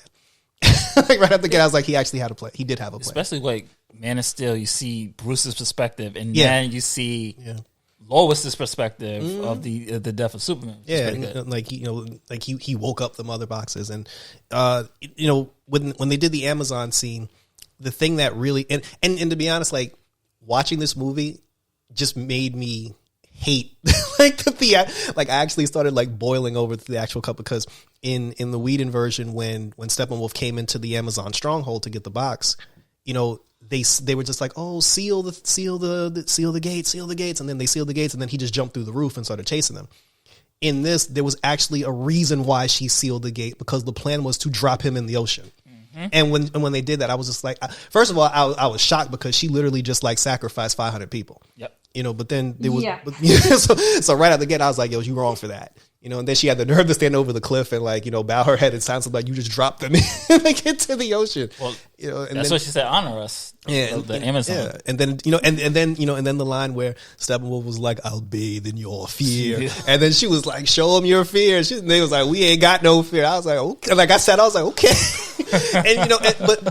but even then, they made them like they're Amazons. They made them look strong. It wasn't like they didn't just give him a line like, "We have no fear." There was a point where they were actually holding him back. Yeah. Like before they dropped the thing in the ocean, then he just came out and started cutting he started like chopping everybody in two. The part where where they shot him with the arrows with the rope and he grabbed the rope and was beating him with the horse. Yeah. No horses were harmed during this filming, Yo, folks. he molly-whopped the shit out of these chicks. If he wasn't smacking them and throwing horses, damn, man. How you gonna beat somebody with their own horse? Literally. like literally. And then with the arrow scene, because like the Whedon cut, it was just like, he's on his way to man's world. Let's just fire the arrow. Only Diana will know what it means. And it was just like a simple, just throw the arrow. The building caught on fire. Diana was like, oh, it's a fire. There's trouble coming. And then she ran to Bruce. But here, there was a ceremony with it wasn't just like a random arrow. It was like an Artemis arrow. They had a ceremony. She spoke an incantation. They wore like special robes. The arrow served as a key for Diana to go into the temple to read about the danger was actually coming. That's how she got the information. Yeah, that's how she got the information. So then when she went to Bruce and told Bruce the story, it made perfect sense. We didn't need them walking by the lake. Cyborg stalking. Yeah, it was stop with Cyborg stalking. With the, I agree. Like the mirror accent threw me off because I don't know anything about Amber Heard outside of Aquaman. So when she started talking, I was just like, wait, is she foreign or is she? I'm about to find that out right now. What is her origin? I was like, which one? I was she's like, American. She's American. She's Yeah, she's an American hoe. Oh no! Damn. Yeah, she's born in Texas. Okay. So She's very evil. So why are you doing the British accent? So the accent was a choice. I like seeing the dude. It wasn't good either. Yeah, I like seeing the dude who trained. Remember the dude who trained him? Yeah, and then he was the vocal. Yeah, because he was vocal. Because in the Whedon cut, he was cut completely. He was cut completely, and then Aquaman was just like, "Oh, if I'm a fight Steppenwolf, I'm gonna need something from you." And we just assumed it was the trident and the armor. Whereas the dude threw it at his feet. He was like, "Yo, take your mother's trident. Stop being a bitch. Go to the service world and take care of your business." I got the point. When I say angry, I mean like I loved it, but I got angry. It made me so mad. And I said this when we did the DC fandom review. Yeah, I said I was just like, yo, Josh Whedon cut out all the black people, and I'm like, Cyborg's parents got cut, Iris got cut, Martian Manhunter got cut, the Black Amazon. Yeah, the Black Amazons got cut. But I don't think that was on him. I think I'm blaming everybody for this. I don't think, and that's why I say I don't know who's it's kind of like really bad to say it's Josh. I think they handed him the film and he was just like, "Oh, this is good. No, you should leave this." Did not say leave this under 2 hours. Yeah, whoever took out the minorities to substitute them for that whack European family.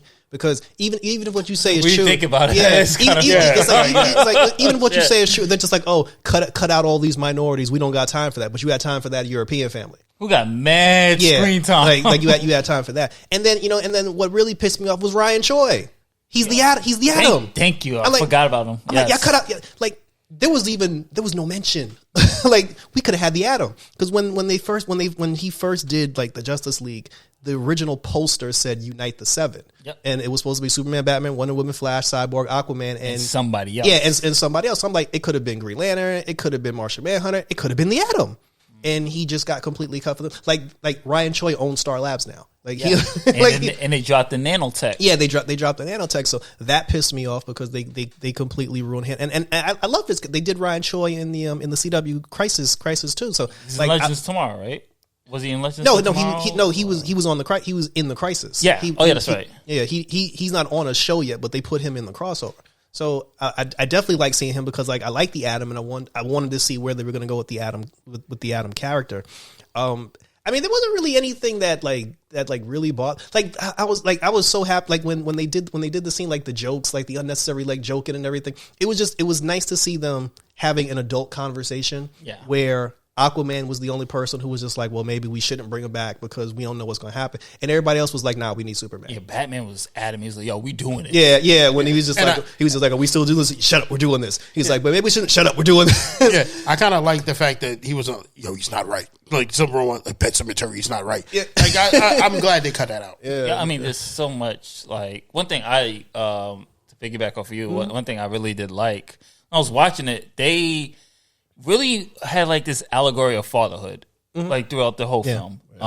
With Cyborg's father, with like he got so much screen time. Yeah, like, he got did a hell of a lot. He got the monologue. He got the monologue at the end of the film instead of Lois. Yeah, instead of Lois. Which is, and the funny thing is, he lived in the theatrical cut. Yeah, he lived. He lived in it, which is like wow. Even Star Labs, like the Whedon cut made like the scene where they went to wake up Superman. They just made it seem like 6 of the most powerful beings on the planet just walked through the front door and nobody said anything. In this, exactly. Star Labs actually had people working there, and you had to evacuate them. Yeah, out. like there were cops, there was security. They had to come up with a plan to get into the building. Yeah. And then when Superman woke up, the National Guard was there, the Army was there because Star Labs. They said that they work with the DoD. So if this dude just busted out of the ceiling, and he's destroying his own monument, of course there's going to be tanks, there's going to be bullets, and like the old cut, they cut all that out. Even when the mother box crash landed onto the car,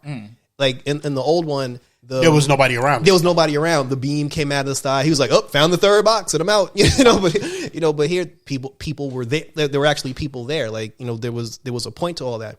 I thought it was hilarious when everybody was trying to fight Superman because all that stuff was pretty much the same. And then as soon as Batman showed up and he saw Batman was looking like, oh shit. like the look on, and then he just had to get through everybody to get to Batman. The lowest thing made perfect sense because they told you in the beginning. First of all, the girl ain't been to work in like 6 months, but they told you that every single day she goes to the monument. Yep. So this way, when Superman was blowing the whole thing up, it made sense why. Yeah, it made sense why she was there versus her. Here's the thing: I might have. Yes. Yeah, I might have missed it. When did he blow up the monument? I didn't even pay attention. No, when he was fighting, he was just like he didn't blow up the monument, but when he was fighting the Justice League members, he was breaking the monument, like breaking it apart. No, but there's a point in the movie, we might have to all go back and look at it. He landed at the monument, and it was already, the head was off. Oh yeah, but that's because the BVS. Yeah, that happened in BVS. That happened in BVS. They just didn't change. They didn't like remove. Oh, okay. They didn't clear the crime scene per se. But it made sense why Lois was still there because that was a thing for her like every single day. She wasn't Plan C, because the whole she thing, wasn't the big guns. She wasn't the big gun because like even I thought back then that was dumb because what if her presence didn't snap him out of it? Yeah, what if he just killed her? Yeah. What if he just killed her? So I was just like, that was not a Batman thing to do. Yeah, like they made him look reckless for doing that. I like the fact that they didn't have the whole thing about like, Batman making a big deal out of him sacrificing himself when he was just like, your plan was to die. It was like Batman did the traditional. I'm gonna take care of business. I'm gonna blow up the tower.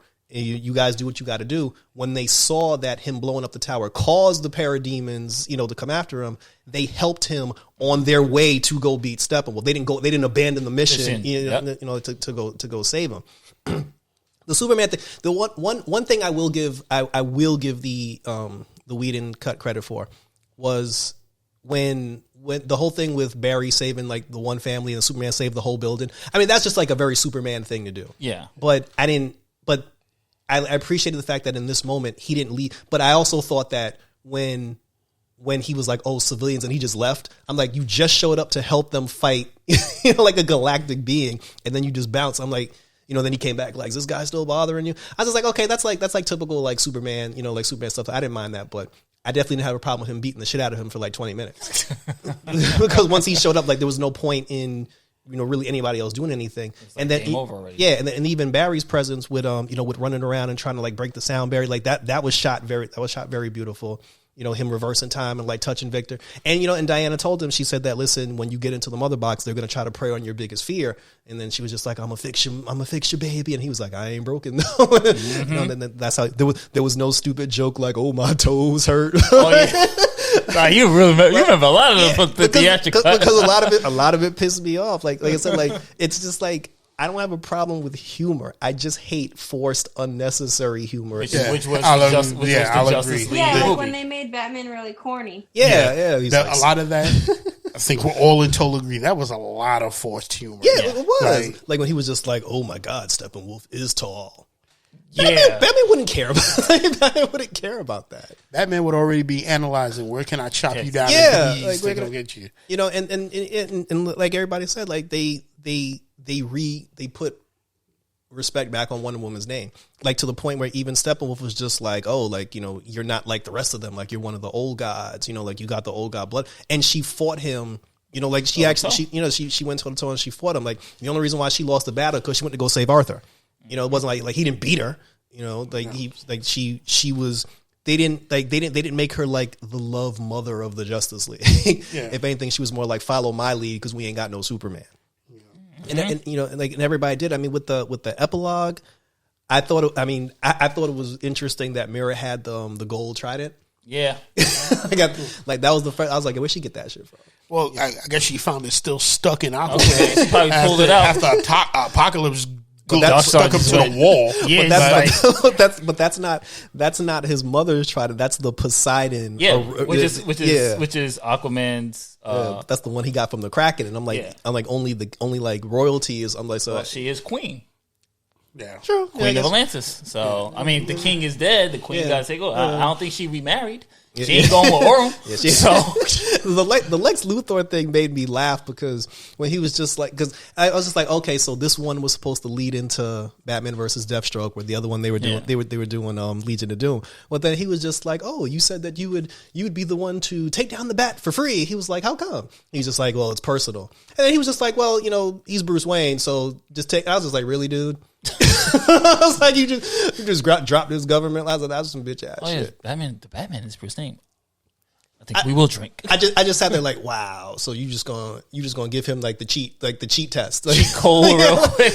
I was like, you're not gonna make him earn this, earn this. But then I was just like, well, damn, I kind of actually really want to see this movie now. Well, because he said now I like the line. He was like, oh, well, we're drinking a toast to celebrating the rebirth of God. Yeah. So it's just like he coming is from the ground and going into the sky. So he was just like, yo, we ain't done with Superman. I am going to make sure he stays in the ground. Like Lex has this obsession with being like the most powerful mind or the most powerful being, this inferiority complex that he has. I thought that worked very, very well. But I mean, even Darkseid, like I didn't like a lot of people were upset. They were just like, oh, you know, they were comparing like, you know, his introduction to Thanos, and I didn't understand that because like there's no comparison with the two. They're two completely different things. But I like the fact that we got, and then people were just like, oh, he just stood there the whole time. I'm like, yeah, but he's Darkseid. That's what he has minions for. and that's what that would lead into the whole next thing. Like, what are they expecting to pull an entirely new movie out of his ass? You're absolutely right. Like, Darkseid only gets involved when he finally gets pissed off at everybody for failing. But also, Thanos sent his legions to Earth. Exactly. So you can't, like, basically, you can't give Darkseid shit when Thanos also gave I was like, Infinity War. I was like, the children of Thanos. It's like Steppenwolf is basically Loki. And if you remember, how many movies did it take before Thanos was like, looks like I have to do this myself? At the Age of Ultron, he said it. Yeah, in the after credits, because everybody failed. I kind of wish, the only thing that I kind of wish we got the Furies.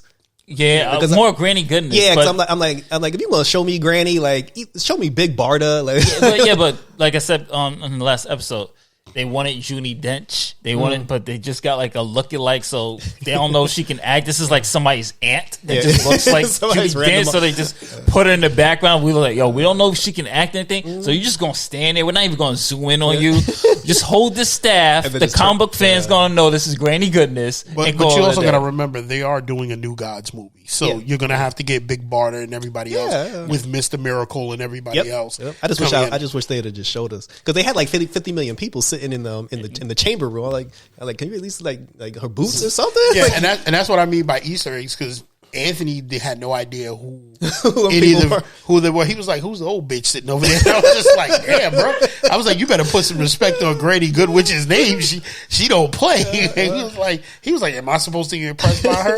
And then I was like, "See, this is what I guess with the casual fan, like you don't get the joy of somebody." And I guess this goes to, if you're a DC fan, the Easter egg stuck out for you. If you're a Marvel fan, the Easter egg stick out for you. If you're the casual fan, you're like, well, why are all these nerds getting all excited sitting in their seats? Like, I'm pretty sure, Nadia, you've gone out with somebody and they're just a casual fan and you see something, you're like, oh my God.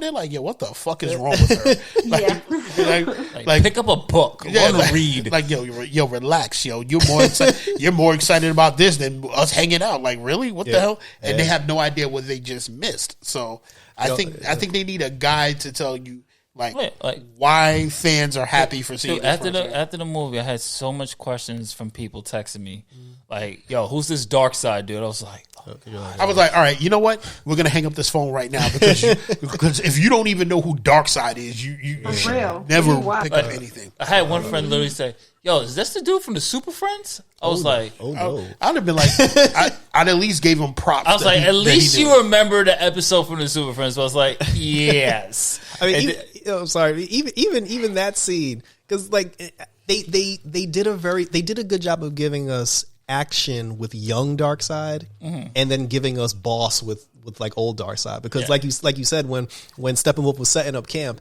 and that one dude kept popping up like, he's like, what do you want, Steppenwolf? You are not allowed to talk to the mighty Darkseid. And then he was just like, they did that. I hate that dude. Yeah, they did that. They did that 3 or 4 times. He was just like, he's like, you're not worthy to touch the air that the master breathed. But then as soon as he said, I found the anti-love equation, Darkseid got on the phone, was like, yeah. Darkseid turned around and he was like, move your ass out the way. What'd you find against Steppenwolf?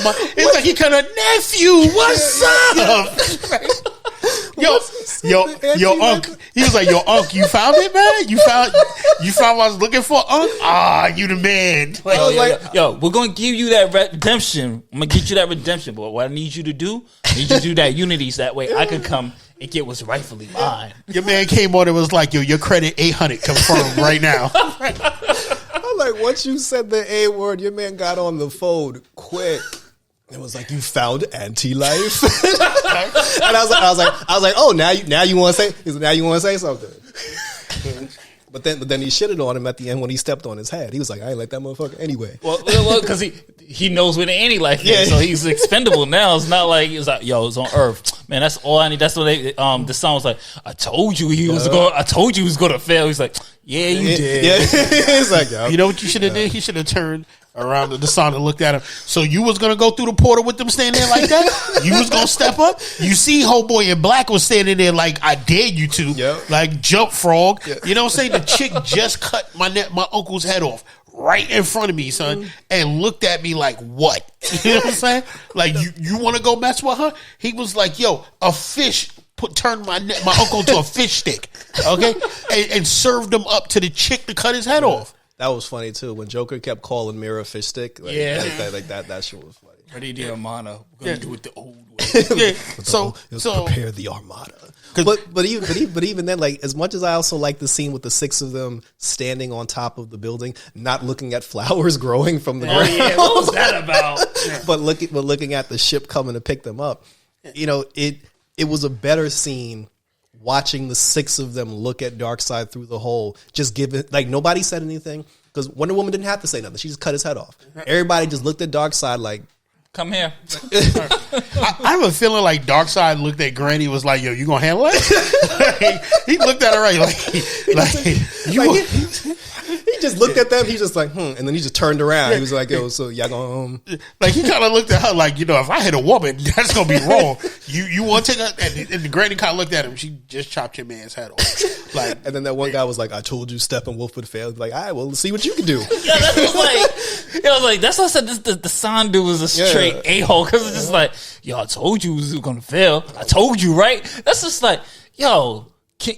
He's like, so you gonna do something? You gonna take his place? He's like, yo, what you gonna do then? Let me ask you, Nadia, when he cut Steppenwolf's head off, did you turn around and be like, yo, talk your shit? That was beautiful. Like, because I just felt like every woman looked up like, yo, see? And I like the fact, I like that it was Wonder Woman that cut his head. Yeah, because Steppenwolf I was like, this is the Wonder Woman I want. Yeah, because Steppenwolf, the whole 4 hours. He was Just talking trolling his chick. trolling one. Yeah. I got the blood of your sisters. Yeah. I saw your island burn. I saw your mom die. Yeah. Shit that wasn't even true. Yeah, but this dude was just like, yo. He's like, your mother begged for her life. And that's the only time Diana kind of flinched. Yeah, like, cause he had he had some hatred towards these Amazons. Like, we don't know the history between him specifically I and felt like Amazons. the only thing that'd been worse if he was like, before your mother died, we got it all real quick. Like, and then it's like Donner, like, oh hell no, you did not violate my mother. Like, Like I knew this wasn't going to happen, but when she cut his head off, I thought she was going to turn to Thor and be like, "That's how you go for the head, motherfucker." Facts. I'd have actually got up and been like, "Yo, talk your shit, Diana." Somebody told Thor, "That's how you go for the head." They went for the head for this one. I mean, overall, man, just. Can I just say one more thing? Can we all agree? Like seriously, can we all agree that Iris West actually caused that car accident? Yeah. Well, did she cause a car accident? As soon as she turned on the car, she was driving to the light and looking at Barry through the pet shop. Yeah. She was literally looking at him smiling while she was driving. I'll give it a 50-50. Yeah, it's like she played her part in causing the accident, and my man looking for a dirty burger, floor burger, caused the rest of the accident. Like, but then when the accident happened and Barry saved her, and then he ran back into the pet shop, I was like, so we not going to check on the truck guy? that's what I was saying. Did he get his dirty burger, floor burger? Like, is he alive? Did he go through the windshield? Like, so we just not going. He did stop. But I'm not sure about the fate of his burger. Yeah, but nobody checked on him. I mean, see, my only thing is she caused it by looking at Barry, but I still want to point out that my man either was really starving or that was the best burger he had in a while, because probably that big belly burger. Because my thing is, at no point did he decide to just slow down and stop. I mean, at this point, where that burger was sitting, your dirty ass feet and everything in the world. That's disgusting. Yeah, that you done tracked, that you done. Never eat before. I'm pretty sure there's no way, by the look of his clothes, that he's cleaned the cab of that truck. And I think it would have been better if it was like a drunk driver. Yeah. Like, or he dropped his cell phone or he was texting. Yeah, something. Yeah, but you have led me to believe this man will eat anything off the ground. So he said, "Fuck that! That burger was good, and a little dirt on it just adds spice." And reached down and I mean, the first time you can't grab it, I understand. When you're just like, oh, fuck it, I'm going to have to stop the truck to go get it. But my man was like, no. I got I'm almost there. I done flicked off a sesame seed. I'm almost there. Like, come on, like that was beyond fucked up for that movie. Oh, the graveyard scene was way better. Oh yeah, remember the first one? Because we get a hint of flashpoint between the Atlanteans and Amazon war. Because one of them was like, we had, our people had beef. And he was like, your people had beef. Yeah, he was like, fuck the Atlanteans. Yeah, and the thing is, I did like when Barry turned around and said, "Yo." He was like, I can do this in a millisecond. Yeah, right. But but I looked up to him. Yeah. So out of respect, I'm gonna shovel him. Take it slow. Also, when they went to go save the dad and all the other scientists, and this was probably like one of the few. I'm not gonna say it was, but I do have one thing I didn't like about the movie. But when they all used the Nightcrawler, Alfred, and they got to the place, why did they all take the stairs? I don't know. It was just a shot of the four of them walking up the stairs, and I'm just like, okay, he can fly. She can float or hover or whatever. He could run fast. I was like, why are you taking this? Why are all of you? The only one who takes the stairs should be Batman. Yeah, and he can use a grappling. Yeah, like no urgency. Yeah, they were just walking slow, just like nothing happening. No people are dying over here. I was like, why are we taking the stairs? Yeah, listen, I don't know. Visual reasons. Yeah, and F whoever cut out the cyborg scene giving that woman that money. Oh yeah, that was good. Yeah, that was whoever cut that out, like. That was very heartwarming. Like, y'all wasn't shit for cutting that out. Yeah, that was very heartwarming. I think because he lost his mom, so he understands, like a single struggling mother trying to, So that's what I said. I got mad when I realized they cut that. Yeah, that's what I was like. The allegory when you look at that movie is parenthood. It's really parenting. Like you have Cyborg's dad, Flash's dad. They mentioned Bruce's parents. Clark has a scene with his fathers with the voiceovers. With both of his dads. So mainly fatherhood when you think about it. And or motherhood too, because, you have the Martha Kents and so, Cyborg's mom. So Victor Stone. And I'm pretty sure in Superman's flashback, his father was like, son, if a burger drops on the ground, just let it stay on the ground. You can always go get another one. I mean... And I like how the burger did look good, though. It was still. I also like how they perceived how Cyborg perceives being in the internet. Yeah. Like that was shot very well. Because almost like he was on a whole different planet. Yeah, I mean... It was visually beautiful. Oh, the only thing I did not like, the one complaint I have about the only thing I didn't like about the movie. If Cyborg's dad's whole motivation was to superheat the mother box, so they can track its heat signature, so they can find out where it is. Why didn't you do it earlier? No, you could have did that on the other side of the glass. You didn't have to actually go in the. I feel like Steppenwolf was right over there. So I think you would have been dead anyway. Yeah, I think he did it because I think the glass would have been strong enough to give him a chance to do it, and if he, and if he was on the other side, Steppenwolf would have done to him what he did to every Amazon and Atlantean, use that axe to show you the business end of what he was talking about.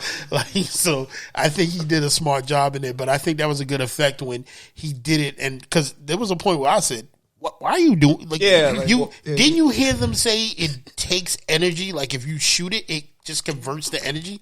So what are you doing? And then when he looks there, he goes, "No, he did it to superheat it."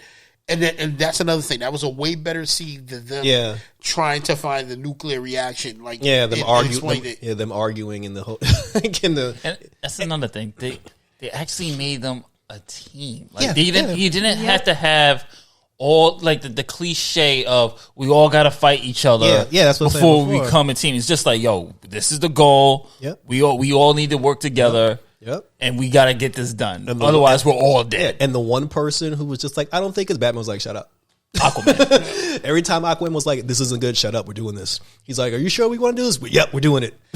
Everybody's doing it. It's like, did you say no? Aquaman was like, oh, his father just died. Like, it was like, oh. Yeah, he's like, that's our fault. Yeah. He's like, we caused that. Aquaman was like the point of view of the audience in this movie. Because anything the people, the casual audience will think of, Aquaman said it for them. Which was just, I thought it was really good. I mean, he was way, way better in this one. I think he was flushed out too, especially. And then, so what you're saying is Aquaman was like, the audience would have been like, you could have let that burger go. And then when Steppenwolf ran up on the one Atlantean, he was like, you have the stench of the mother box on you. And then he was like, you'll never, he said, tell me where it is. And he was like, you'll never find out where it is in Atlantis.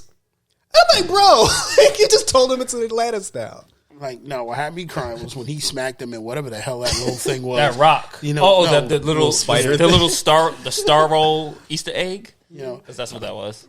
I turned around. I said, I didn't know we added the Matrix to this. Is that thing gonna crawl up his nose and be inside him? And for all your hate about the slow motion, when Batman was in the Batmobile and he was about to go through the building and they all circled the Batmobile, that was a cool slow motion shot. That reminded me to see all of them that was an excellent shot, but this is the only time I'm gonna compare with Marvel. Age of Ultron did the exact theirs was more profile. They turned this one. They turned it more so we could see their faces. Yeah, that one. No, at Age of Ultron, they did kind of like a spinning pan of all of them together. Yeah. Like they showed them, and they did it twice at Age of Ultron. Yeah, no, the first shot I'm talking about with the actual car and Cap is on the car. That shot was like. That reminds me of something. Then I was like, oh, that reminded me of the Ultron shot. Yeah. But, I mean, the slow-mo was good for certain things. But, I mean, I don't need to see a slow-mo of Aquaman drinking liquor, going to the water with this music video. It was like music. It was like these little mini music videos. Well, I will say one thing. The music of him swimming towards Atlantis on the Whedon cut was better than what they did in the Snyder cut. I think that music was a little thing.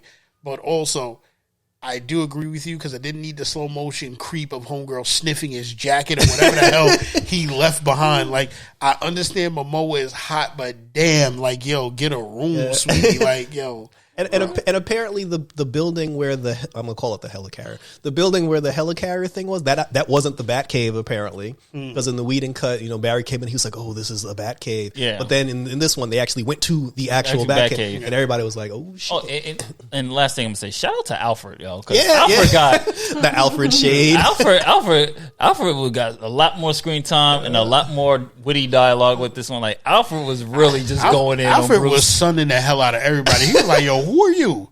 Like, because there was a point, and I don't want to see this to cause controversy. There was a point where Alfred heard the voice. And I swear he wanted the dollar. There's a Negro behind the wheels. I don't know who you are. What are you doing? And I was just kind of looking at one woman like, yo, that's not how you make tea. Yeah, that was funny. Like, I was like, how you backseat tea driving her? It's just so like, oh no. She's like, you know what? Just. It's like she's the princess of the Amazons. Of course, she knows how to make tea. But I mean, apparently not. Like, he isn't. Yeah, apparently he not. is that. He reminded me of the Alfred from the animated series with his wittiness and his comeback with his quip with Bruce. And there wasn't that whole like, oh, Superman's a better leader than I ever could. There wasn't none of that bullshit with him. They didn't make like. Look, I think we could all agree on the last thing. Nobody is a bitch in this one. Yeah. Like, no one is soft. Yeah. No one's this mopey, pussy superhero or villain. Everyone has their motivation. Everybody's flushed out. Mm-hmm. You can watch collectively. Like, you can literally watch this entire trilogy now and see it as this cohesive arc. And if you stop at the epilogue, like, if you delete the epilogue, you have a complete story right there. Because everybody goes their own way. So you have a complete story. Everybody's in their city. And I also like the fact that we were talking about, like, him trolling Wonder Woman. I like the fact that she never got the answer. Because remember at the end when she was holding the arrow and she was kind of like, I was like, that's right. You can't go back to find out if they're really dead. Yeah, because so she has to live with that now. And that would have led into the original Wonder Woman 2, where she was supposed to go back to the Amazon. I forgot who the villain was supposed to be before, Patty Jenkins. Well, they're alluding to that she's going to go back because she needs to take over as queen. Yeah, that's what it's supposed to be. If it's going on, but we are entering. We're entering it in, but what I want to do is give everybody on here a chance to say what they're looking forward to upcoming months, movies, or anything they've seen upcoming that they're looking forward to that looks good. Oh, well, I think it's next week. Godzilla versus Kong. I'm looking forward to that. I like what they're doing with it. So you just want to see a monkey versus a lizard? That's what it is. I mean, yeah, man. I mean, I'm hoping that it actually has more action than any of the others. Like the second Godzilla movie was kind of with Ghidorah wasn't that great. Hopefully, obviously, Suicide Squad. I'm curious to see what the take's going to be, but I am like one of these other DC people now. I'm just like, nah, just restore the Snyderverse, man. Because I'm at this point just like. Yeah, the multiverse is cool, but I mean, if you're not connecting this multiverse to the CW and HBO shows, don't call it a multiverse. You just call the CW already started at least. They put Ezra Miller on. Yeah, and that's how he's going to get his name from Barry Allen. So hopefully Grant Gustin gets to be in the Flash movie. But otherwise than that, nothing really is catching my eye on the movie front. I mean, TV shows, I'm really looking forward to more of the Falcon Winter Solider. I guess more Superman and Lois. I don't really see anything right now TV wise that's making me go sit down and watch. I mean, WrestleMania. Yeah, they're about Superman and Lois is about to go on a break. Yeah, because Supergirl's coming back. Well, also because somebody on the Superman and Lois set caught COVID. Oh Jesus! So the production had to take a break. So while they're taking the break, they're going to plug Supergirl in to fill the gap. Oh, that makes sense. So Jerrell, Nadia, what are you looking forward to? For me, Invincible, that's starting on Friday. Robert Kirkman on Amazon Prime. Oh, yes. Nice. So that's true. Huh? I said true. I forgot about Invincible coming out. Yeah, that's next week, super right? Hyped for that. And then, of course, like we were talking earlier, Resident Evil. Oh, yeah. Anything Resident Evil, I'm hyped for, the animated and the live action. Yeah, from movies, what happened with Kingsman? Was put on hold because of COVID. It's supposed to still come out, but it's put on. I'm not sure if Warner Brothers is doing it. They probably will drop it on HBO Max if anything. Because, yeah, I think that was supposed to drop soon. Some stuff got pushed back. It's still coming out in theaters, but it got pushed back. Oh, yeah, it looks like August now. Yeah, I was hyped for that. There was something that got pushed back, too, that I wanted to see. They ended up pushing it back to like 2021. I can't remember what it is. Jerrell, what are you looking forward to? Oh, right. Definitely Suicide Squad. The Suicide Squad. I'm looking forward to getting a release date for Young Justice Season 4 and when the hell Titans is going to start. Oh, facts. Oh, yeah. Basically all the HBO shows. Yeah, because like Titans should have started already because you didn't show me Blackfire and you know, and you redid Starfire. Yeah. Like you gave her a badass costume. Blackfire is supposed to be part of it. And they said that Tamaran is supposed to have an African, you know, like looking feel to it when they do go to Tamaran. So I'm looking forward to that, but they haven't announced a date. Restore Swamp Thing. Yeah, bring back Swamp Thing, you know, but I'm definitely still looking. I'm waiting for that in Young Justice. But aside from those two things and the Suicide Squad, that's pretty much it. There's really nothing else that No Way Home, of course. End of the year, Spider-Man. Oh well, I'm just gonna give a few things I'm looking forward to and some things I recommend everybody sees. That's a little wild. Nobody looks good. Nobody looks like a twist between Bourne Identity and like Mr. and Mrs. Smith. Mm-hmm. That looks like a really good movie. I'm actually going to go travel to the theater to see that. Yes! Better Call Saul. Yeah, so also I'm looking forward to Spider-Man, Invincible. I'm also looking forward to, like Jerrell said, Teen Titans and everything, especially Young Justice. Like I feel like I have to wait forever to ever get a Young Justice animation, bro. Yeah, like it kills me for that. I'm also looking forward to Resident Evil 8, the video game, and the movie. That's what got pushed back. They pushed back Gotham Knights. Yeah. Okay. Why? I forgot.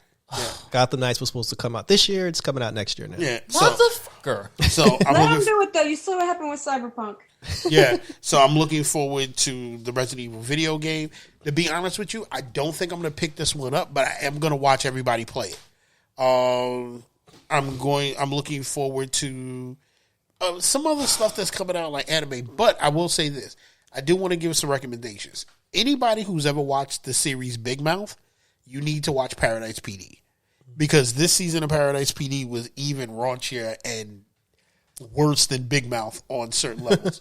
I will say some of the other stuff, if you into anything, Justin was right. The Magicians was a very good show that if you've never gotten into it, you need to get into the Magicians. They put out a Korean horror flick called The Hospital that's out. It's been good. Yeah, it's been good so far.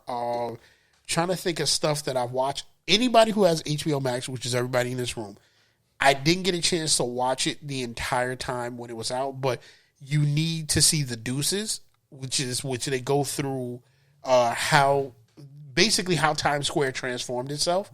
When, you know, because they started from the 70s where it was the pimps and the hoes and everything else that was going on during that time, and then they moved into how the porn industry shaped the world at that time.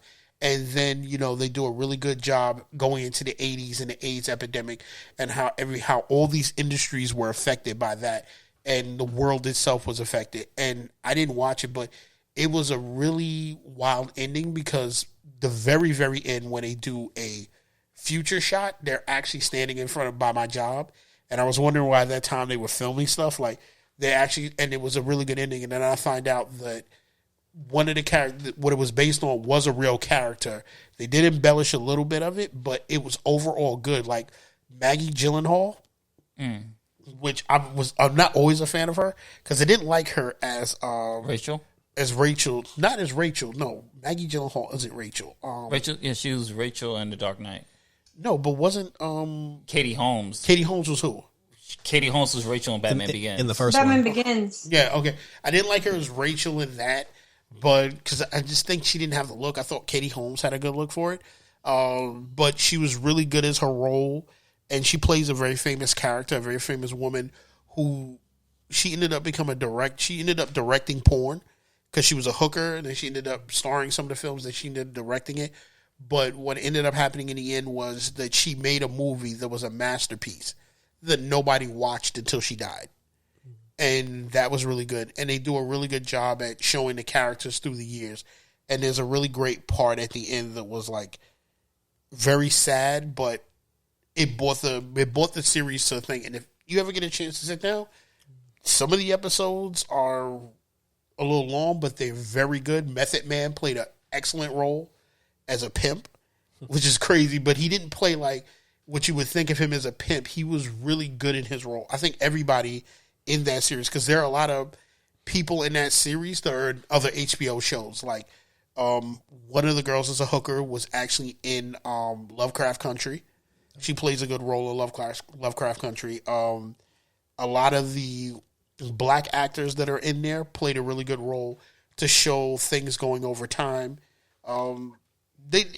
After rewatching the series from the first episode on, that series should have probably gotten a season 4 to round everything out as to how 42nd Street changed, under the Giuliani era. But they did a really good job, doing what they did. But I will say this, there's a lot of stuff we can stream right now. Yeah. And nobody should be at home complaining that, oh, my life is boring, COVID is killing everything. Sit your ass in a house and stream shit. There's a lot of good shows on TV right now, even on TV. Prodigal Son, excellent show. Final Space, which I didn't watch, and it's on HBO Max. I started watching from season 1 because season 3 just started. Sit at home and watch something. Listen to this podcast. Go home, pick up. You all are paying for these streaming services. Don't watch the popular stuff. Watch some of the off-brand stuff that's on there. I will tell you guys, stay away from Generations because it's going to trigger everybody. I'm going to be honest with you. Generations, it's a pretty decent show. Generations will, especially you, Justin, Generations will trigger you.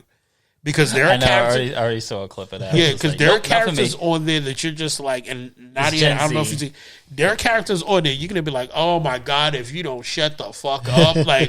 There are characters on there. But I will say this, Euphoria, that's excellent. They have 2 after specials, one with Jules and one with the other girl. Those were so well filmed and done, you have to watch them. Those are really good. They're about an hour a piece, and they're really good. The deep dive with I forgot the main character's name. Her deep dive was excellent for her hour-long special. And her friend who she was in love with, her deep dive was great also. So if you get a chance. So I just wanted to say that because we have hit a good mark. The Snyder Cut took way longer. I think we all agreed on everything. I'm going to let Justin take it out. Anything anybody want to plug on their own personal stuff that everybody should be looking out? Because we're definitely trying to push everybody's stuff to the forefront. Yeah. I guess I'm going to release the cover next week for My Name is Rachel. And I have the physical copies. I haven't announced the date yet, but I will announce the date next month for the physical copies. Finally, everybody's been asking for physical copies of Cry Hero. That will be on Amazon. I'll announce it next month. So stay tuned for that. Otherwise than that, nothing. That's it for me. Nothing major. I'm keeping quiet. Nadia, anything you're working on big or new? Just working on my Snyder Cut review. I'm gonna rate that up. I've been working on it the last couple days. I'll try to release that this week. Facts. Yeah. Anything personal you're doing? The personal projects that we should be plugging out there to get people. I have a few cosplays coming up. Okay. That's about it. I got to get back on doing some reviews. I've been slacking on the indies, but I'm going to try to get back into the indie verse. Yeah, I got to get back into the anime world. I have been literally not watching anime at all, which is crazy because our next episode is anime. So, yeah, I got to get back. I got 2 or 3 weeks to get back on that. So, Jerrell? Well, anything personal. I mean, I'm still working on the script for my web series, but that's a conversation for the summertime. Like Nadia, I'm trying to finish my my Snyder Cut review because I'm doing I did a 4-part review for it. The first 2 episodes are already on my YouTube channel, and after this, I got to go home and work on the others, as well as Falcon Winter Solider. But to all my Arrowverse people, my CW Arrowverse people, there's a lot of good stuff. That's a lot of controversial good stuff that's going on about how certain shows got changed, like due to the pandemic. I've been having a lot of conversations with people, arguments, talks, or whatever, specifically with Black Lightning, because for everybody that follows Black Lightning, a certain change happened on Black Lightning that's like kind of divided the community on how they feel about the show now. I mean, if anybody wants to, I don't want to, if y'all want to know, I'll tell you, but go ahead, because I'm going to catch up. Well, basically, like the actress who plays like Jennifer. They changed her? They recast her? Yes.